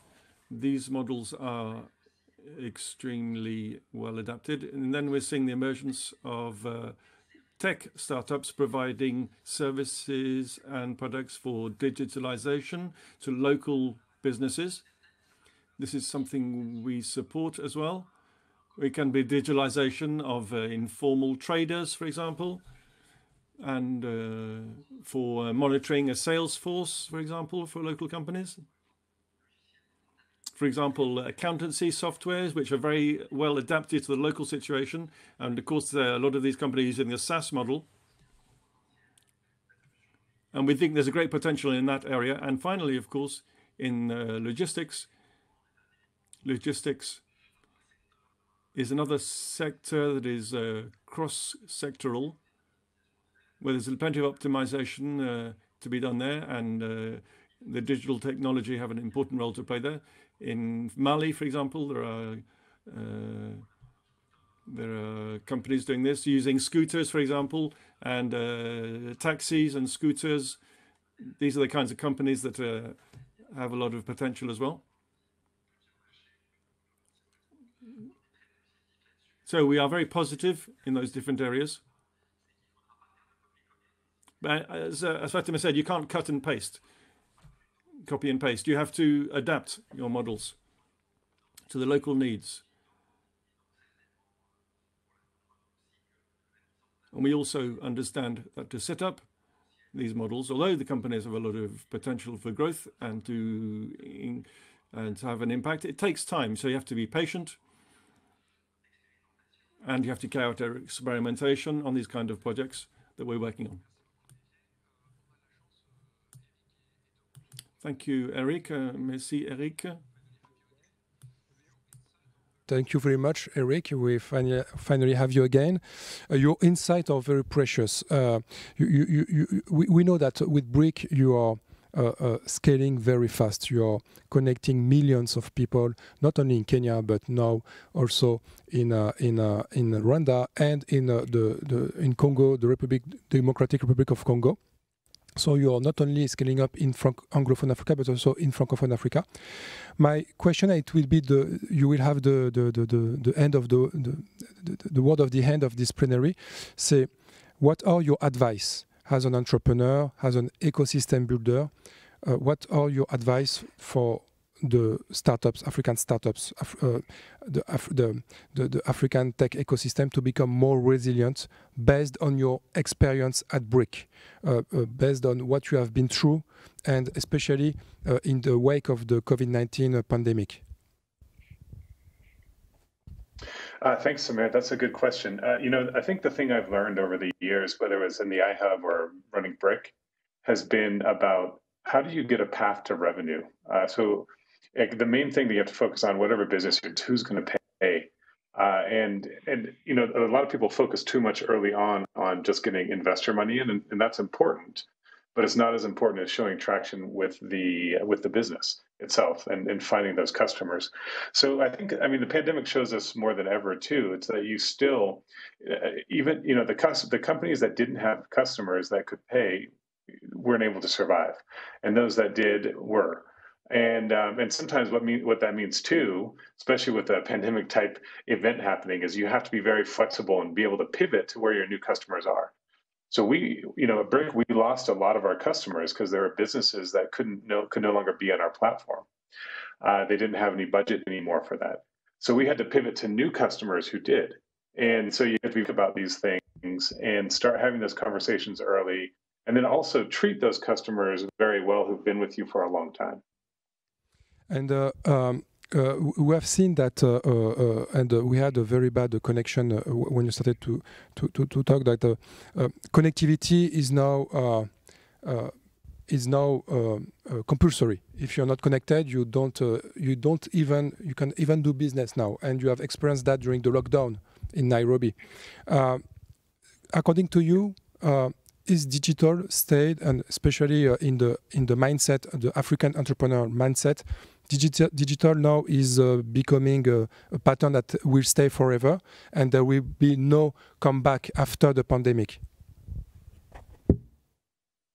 Yeah, that's right. I mean, it's changed the way that everything works here. It doesn't matter if you're talking about education or hospital information or businesses, that are doing either retail or the logistics for it.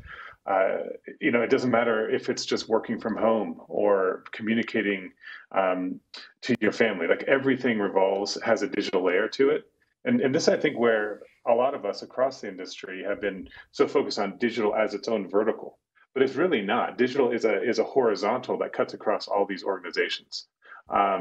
So, I think as an investor, as an entrepreneur, anything that I do is focused on how do we resolve our business problem and our business model then with technology in that stack somewhere that solves for some of these issues. Because whether it's the customers, whether it's users of your system, whatever it is, if you don't have a digital component to it, it frankly doesn't matter anymore. Thank you. Thank you very much, Eric. Thank you, Eric. What BRIC is doing today is fantastic. It's connecting populations who are the most vulnerable. And it's also connecting everyday citizens in Kenya and Nairobi with this BRIC solution in buses. So just to tell you a little story, because it's something I've been following for a very long time. And I've mentioned this in my book. So Google, part of the GAFA group, tried to connect Kenyans using satellites, and it didn't work.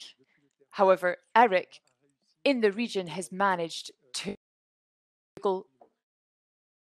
So it's very interesting.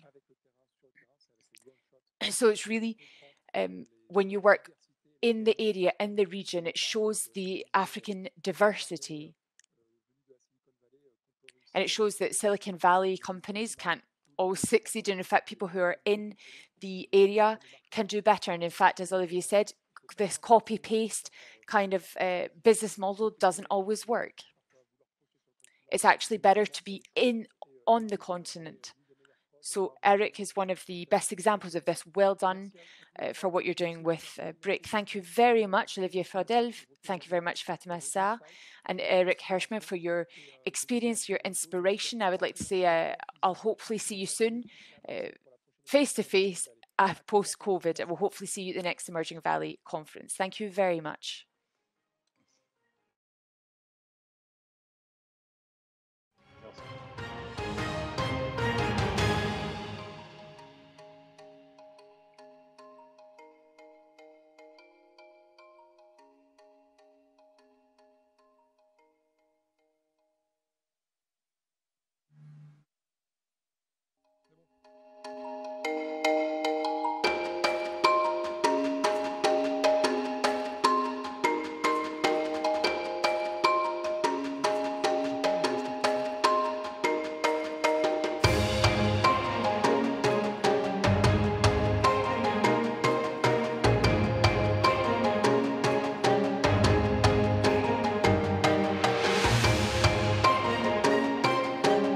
the Startup Plenary, Innovating for Society.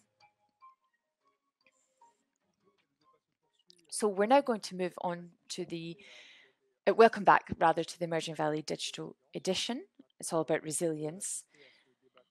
You took part in this very interesting debate about startups and how they deal with the COVID crisis and how they are being resilient. And we had some great feedback from Fatima and Olivier Fordel.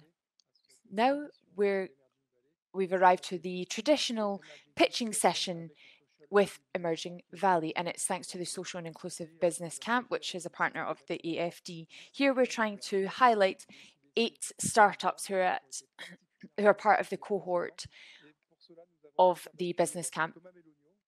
So I'd like to welcome Tomalio Melonio, who is the Director of Research and Knowledge at the AFD. He's going to very quickly open this pitching session and tell us something about these 8 startups before they pitch live on the main stage. Thomas, can you hear me? Yes, hello, good morning. So this social inclusive boot camp took place yesterday, and they met investors. There were hundreds of meetings which investors. There were 40 business angels from Africa. There were many investment funds. So I'm going to give the floor over to you to speak about how this adventure took place with the business camp and what you've learned about it. You have 3 minutes, I'm afraid. Thank you very much, dear Samir. Firstly, yep, it is a tradition. It's quite recent. It's only 4 years, but it's a tradition at Emerging Valley. We are very happy to take part in this, and we've been doing it for several years. So for the AFD, which is very known for infrastructural investments, is very happy to be part of young startups or new projects. It's incredibly important. We want to be with the future Africa. We want to help them develop. And it's not just tomorrow, it's in the future, it's also today that we have to help them. So as I said, we've created lots of meetings between startups and investors to help them progress and create a high impact in the future. We already have a community of 200 entrepreneurs, which is active today thanks to the SICB and the partnership with Emerging Valley. I would also like to thank the mentors who have supported them, given them a lot of help, created business networks. It's incredibly important to thank them. We've also noticed that the mini communities, but I hope to, in the future they will be much bigger, in the Côte d'Ivoire have developed. And the pitches, as Samir said, it's a tradition which we have every year, that these startups pitch in a very quick way. And it's going to take us on a quick journey to Burundi, Senegal, Cameroon, Nigeria, France, Togo, and Madagascar. So we're going to go on a little journey. And we're going to dive into entrepreneurship today, and we hope that they will have an impact in the future. We're very happy to be here today to see these talented startups. They're waiting for us. So thank you very much. Apologies that I couldn't be there with you today, but I'm really happy to see you at Emerging Valley. Thank you very much. Thank you, Thomas. As I said at the end of every plenary, I hope that the next edition will be here in Marseille. You're all welcome to be here face to face. So thank you, Thomas. There will be 8 pitches from the SICB. It's all about resilient pitches, and they are going to show the diversity of our program. I'd like to thank our partnerships, the AFD, the Marseille campus, INP, and African Management, and Startup BRICS, who are all partners of the Social Inclusive Business Camp with the Emerging Valley. So I'm now going to open up this resilient pitches for the SIBC. Let's go.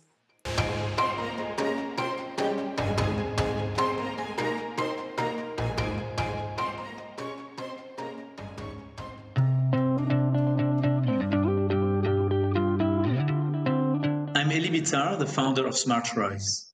Based in Nigeria, SmartRise is a 4-year-old venture operating in the energy efficiency field with a growing and very passionate 9-member team. We're on a mission to help businesses eliminate the huge energy waste by up to 40%. The problem in Nigeria is that energy is complicated to manage with too many sources. An unreliable grid, electrical grid, polluting diesel generators, and often bad solar installation. Consumers are blind on how to best manage the energy and cost. Waste is everywhere. Our solution is simple and well tested. We install our monitoring system, collect millions of energy data points. Our team uses machine learning and soon artificial intelligence to process it and to provide our customers with automated insights that put them in control. We charge a subscription fee that's a fraction of the overall energy expenditures. We also have proven use cases for future revenue streams. We estimate the market to be roughly $11 billion on the energy in the commercial, industrial, and urban environments, with about $250 million as a market for control and monitoring. We aim to gain an 8% market share in the next 5 years in Nigeria and then beyond to other markets. We have shown an early traction with an excess of 30 large customers tracked and growing, with further credibility gained from working under the German development agency GIZ. We've kept the trust of our oldest customers since the beginning. We're proud of our big impact on CO2 emissions, more than 20% saved on average, and the development of world-class talents locally with a strong female engagement. We seek a seed round to scale up to 100 more sites with adequate working capital, to invest also in software research and development to better scale our solution, and also in B2B sales and customer support extension. Feel free to visit smartrise.com for more information. Thank you.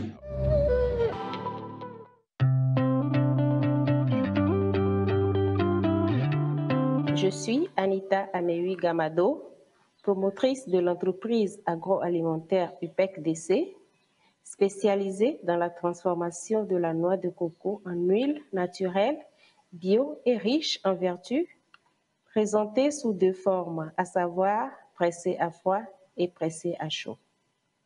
Au-delà de la transformation, nous accompagnons la promotion et la structuration de la filière noix de coco pour assurer l'amélioration de sa production et de sa qualité afin de répondre de manière appropriée à la demande croissante et exigeante des consommateurs, aussi bien au niveau national qu'international. Un diagnostic rapide a permis d'identifier les réelles difficultés de ces producteurs, exclus des services financiers et vivant le plus souvent dans les zones hostiles, afin de les accompagner à les surmonter dans une perspective de leur autonomisation. C'est dans cette perspective que nous comptons professionnaliser nos producteurs et moderniser notre unité de production tout en réorganisant notre réseau de distribution afin de maîtriser davantage le marché international en commençant par les pays voisins. Une équipe de 7 jeunes dynamiques et fortement qualifiés est à pied d'œuvre pour l'atteinte de nos résultats à court, moyen et long terme. Nous avons donc besoin de vos appuis financiers pour ce passage à l'échelle de notre gamme diversifiée de produits et sous-produits des noix de coco à hauteur de 40 000 € afin de réaliser des résultats à impact socio-économique réel dans le bien-être de nos clients et l'amélioration des conditions de vie des producteurs, partenaires en amont de notre chaîne de production. Pour plus de détails, rejoignez-nous au www.upecdc.com. Merci.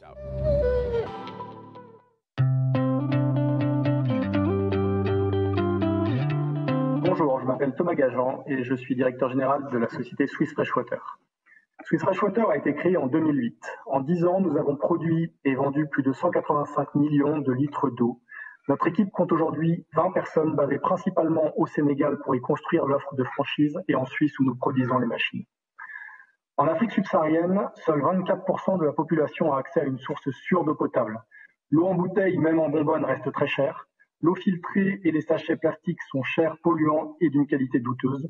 Enfin, l'eau du robinet est bon marché, mais pas toujours disponible et d'une qualité variable. Notre mission est donc de fournir aux populations d'Afrique de l'Ouest et centrale une alternative de qualité à prix abordable. Nous proposons donc une offre de franchise à des entrepreneurs privés qui souhaitent investir dans un kiosque à eau et commercialiser l'eau aux populations de leur quartier à un tarif au moins 3 fois plus abordable que l'eau minérale la moins chère du marché. Notre solution est composée de 3 produits.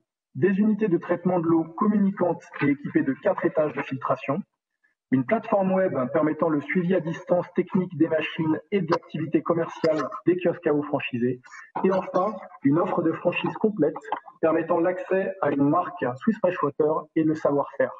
En termes de business model, Swiss Freshwater facture les unités de traitement de l'eau, puis un prix fixe par litre d'eau produit. Au Sénégal, nous visons 5% de la part du marché urbain accessible d'ici 2025, soit 350 000 personnes, sachant que nous disposons déjà de près de 100 000 consommateurs réguliers. Dans le reste de l'Afrique de l'Ouest et centrale, nous visons également en priorité les zones urbaines et périurbaines. Côté impact, Swiss Freshwater a créé fin 2020 plus de 400 emplois durables, décents et inclusifs. En 2025, nous aurons créé plus de 4 000 emplois directs et à minima 1,5 million de bénéficiaires dans 5 pays. En 2021, nos priorités sont le développement du chiffre d'affaires au Sénégal et en Côte d'Ivoire, la consolidation de notre offre de franchise et la mise en place de partenariats financiers.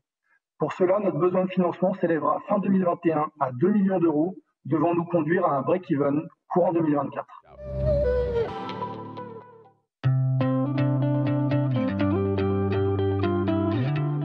Bonjour, je suis Emmanuel Assomnéen, promoteur de WeCare, qui est une plateforme de santé numérique qui existe depuis 2018, composée de 6 salariés, dont 3 femmes et 3 hommes, et par un stagiaire et un consultant. La problématique liée à l'accès à l'information médicale a toujours été une gangrène pour la population et pour le corps médical en Afrique subsaharienne. Nombreux sont les victimes pré-maladie qui ont perdu la vie faute d'informations liées à leur mal.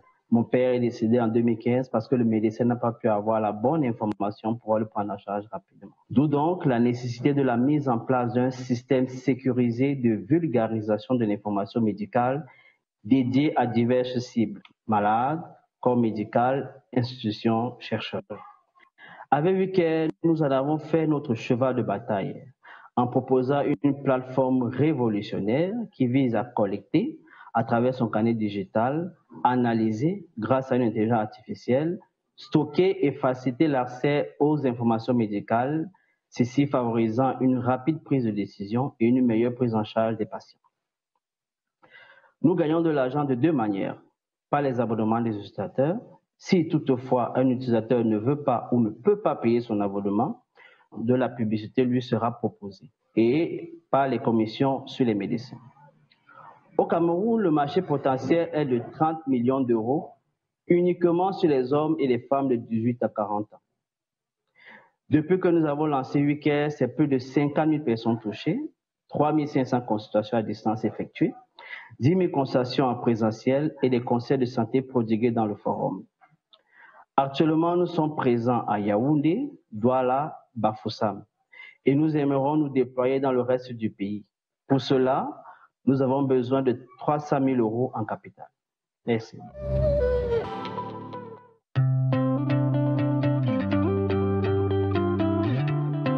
Hi, my name is Emiela Nyondiko. I'm the founder and CEO of Aheza Iwachu. In Burundi, the agriculture sector is the driving engine of the economic growth and guarantees the food security of the population. But as the food production increases, so does the waste generated from food and crops.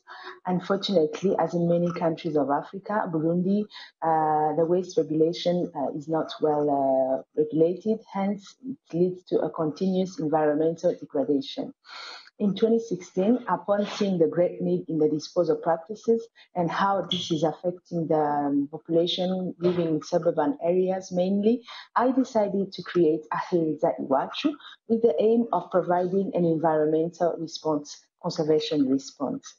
Since then, our work has been to optimize the food supply chain through education on waste sorting practices and providing waste collection and recycling solutions using our innovative Heza app. We recycle the food and the agricultural waste into organic fertilizers, ensuring a circular process of the waste as an input and output for our agricultural productivity. We are also building resilience to food insecurity by training suburban areas and smallholder farmers on how to establish low-cost and low-input gardens using intercropping farming practices so that they can have access to nutritional and quality food. Together with our team, that is what we have been constantly working on. And our next step are to mechanize our composting process using aerobic systems. And we are also launching our roofline production from the plastic waste we collect. We do need investment to achieve this. Your valuable support is highly appreciated. Our main goal in everything we do is to ensure that carbon footprint and soil degradation are reduced so that our community can live in a safe environment and have access to a nutritional food. So help us build the future we want, because the future is not something we enter, it is something we create, and together we can achieve this. Thank you.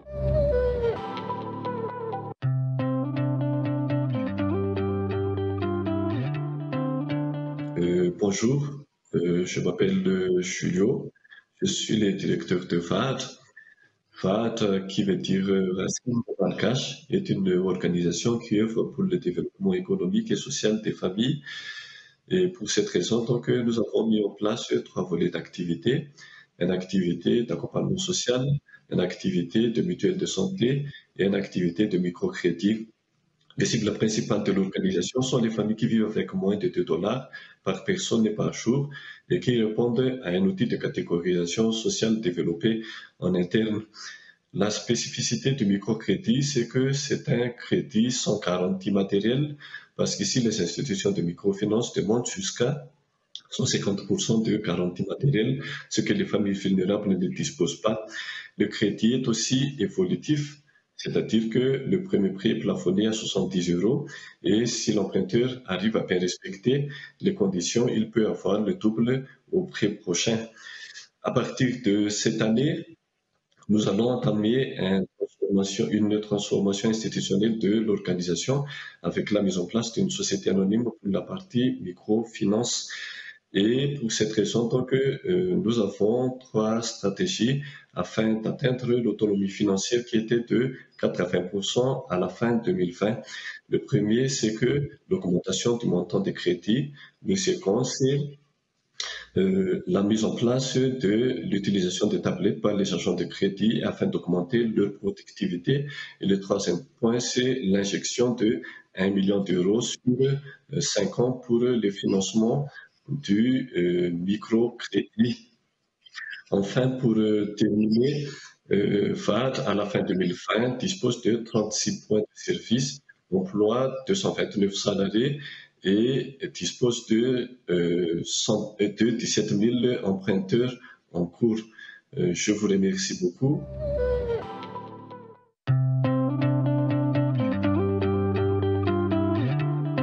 Bonjour. Je ne mange pas de piment, mais je mange du fruital. Voici ce que me rapportent souvent des consommateurs conquis. Moi, je suis Marie-André Tal, la fondatrice de Fruital. Fruital est une entreprise qui valorise les matières premières de chez nous, le Sénégal, et qui a pour ambition de les offrir ensuite au monde entier. Notre produit phare est la purée de piment au gingembre, une nouveauté créée par Fruital. Fruital continue d'innover en proposant des textures différentes et en travaillant sur les couleurs et les saveurs de nos produits locaux. En plus de notre gamme de sauces et purées de piment, Fruital développe des produits sucrés avec des confitures et des sirops à base de mangue, de gingembre, de fruits du baobab, de bissap, de tamarin et de quinquiliba. Depuis sa création en 2005, Fruital conduit une mission sociale et s'engage auprès des producteurs sénégalais en leur assurant des débouchés et en créant des emplois.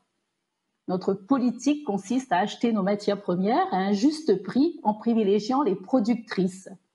Fruital, c'est en effet une affaire de femmes. Je suis épaulée par mes associés Laure et Absa, notre responsable de production Stéphanie et une dynamique équipe féminine à 95%. Fruital cible bien sûr le marché sénégalais, mais nous souhaitons renforcer notre position à l'international. Pour ce faire, nous ne cesserons de miser sur la créativité pour garder une longueur d'avance sur la concurrence. Fruital est né de mon expérience dans l'agroalimentaire et de mon désir d'entreprendre. Mais aujourd'hui, Fruital doit impérativement passer à une échelle supérieure pour satisfaire la demande, pour améliorer sa compétitivité, pour continuer à créer des emplois stables et pour se déployer. Mon objectif est de réaliser un chiffre d'affaires d'1 milliard de francs CFA à moyen terme. Notre projet est de construire une usine industrielle et ainsi de multiplier par 5 notre capacité de production. Pour la mise en œuvre de ce projet d'envergure, nous recherchons des partenaires financiers et commerciaux. Merci.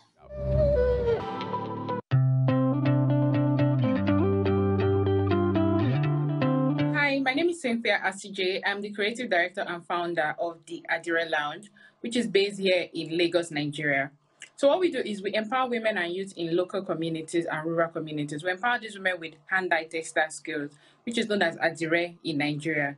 So with these hand-dyed textile skills, we empower them, train them, and also employ about 25 to 30% of these women. We've been able to empower over 200 women in 2 years, and our plan is to empower more women in over 300 to 500 to 3,000 women in 3 to 5 years. What we've been able to do is employ these women, ensure that they create and produce fabrics, that we sell in the international market. We've been able to make custom prints for several designers within and outside Nigeria. Most of our customers are in the US, France, Germany, and in the United Kingdom. So what we've been able to do is ensure that these women get proper jobs, they earn more than minimum wage, be able to afford healthcare for themselves and their families, afford education also for their children. If anyone would like to partner with us with this, so we're looking at NGOs, we're looking at investors, we're also looking at funding partners who would also like to come aboard with us in this journey. Our website is www.adirelounge.com. Our email address is info@adirelounge.com. Thank you.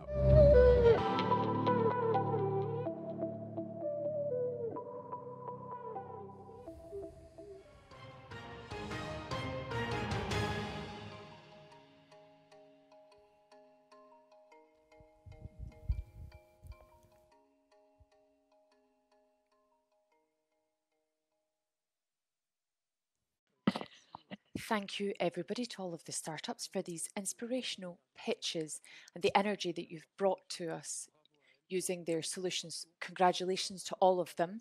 And once again, thank you very much for taking part in this traditional session at Emerging Valley, which is Emerging Pitch Sessions. In a couple of minutes, we will be doing the eHealth plenary, which is the African response to COVID-19. It's in partnership with Eurobiomed and the Aix-Marseille Provence area. We will have all of our panelists in a couple of minutes. Thank you very much.